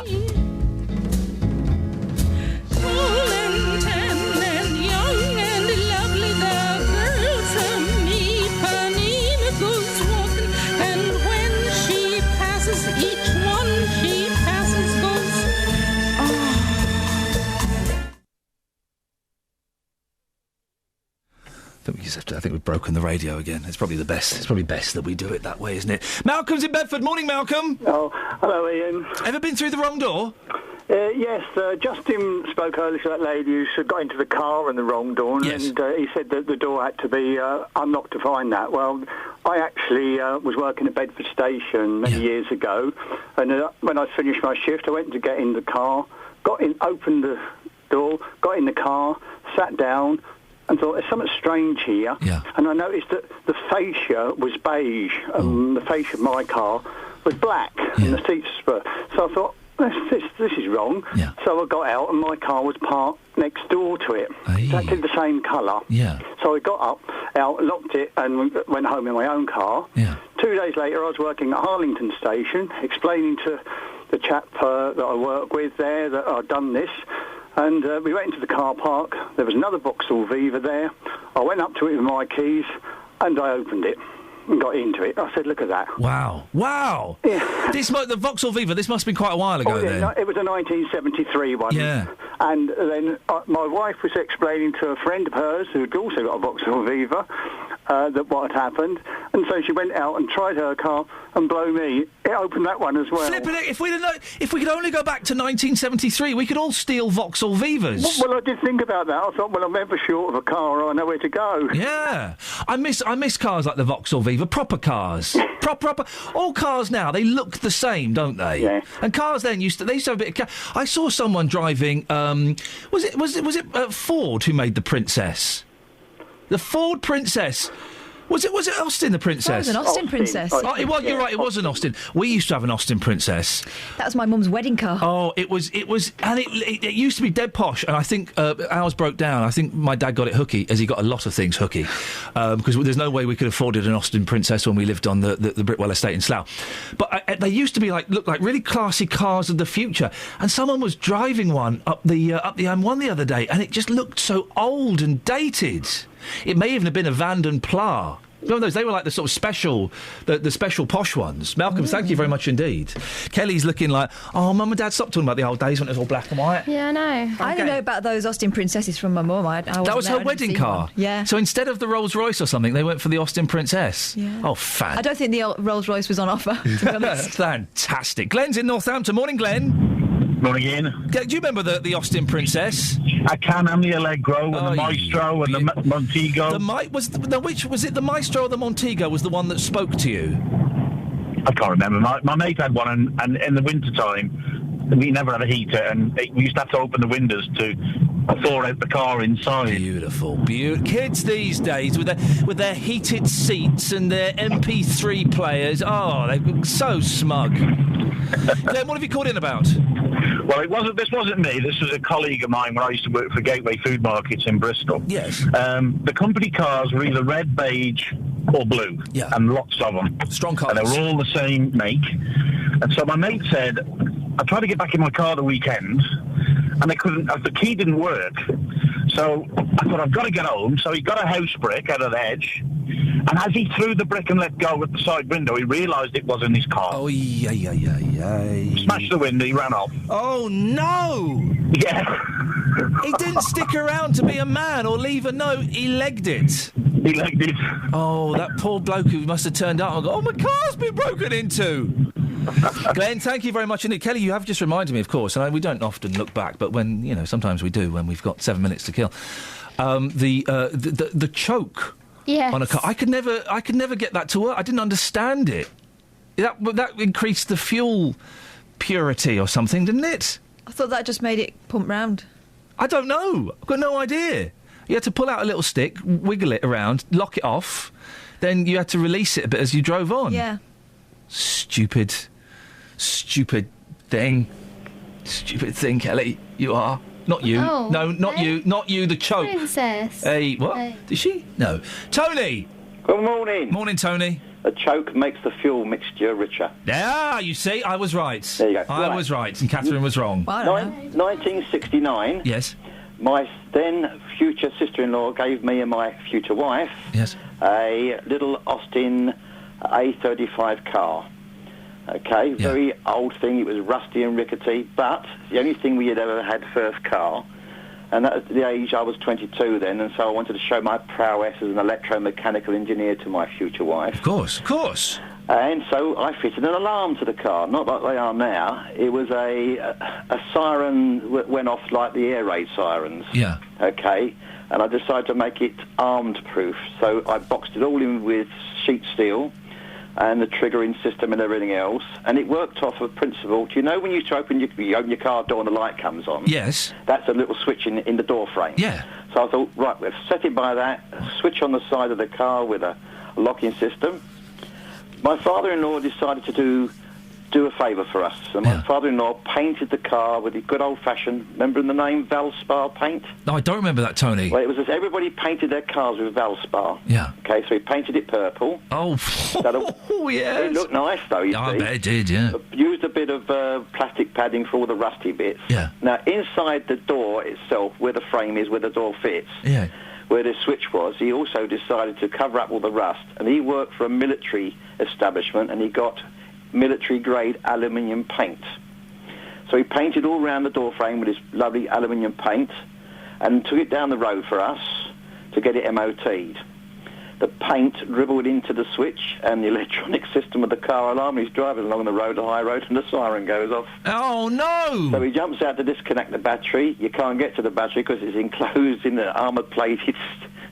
Flipping it, Tony! Yeah, so this car's standing there, and then the Edmonton police came out and smashed the metal box off and disconnected the battery. But this is in the day, of course, when people used to take notice of alarms in cars. Nowadays, if an alarm goes off, no one even looks out the window. Oh, just turn that blooming alarm off. I think most of North Edmonton thought there was a bomb attack coming on. Yes, sounded like an air raid siren. Tony, thank you very much indeed.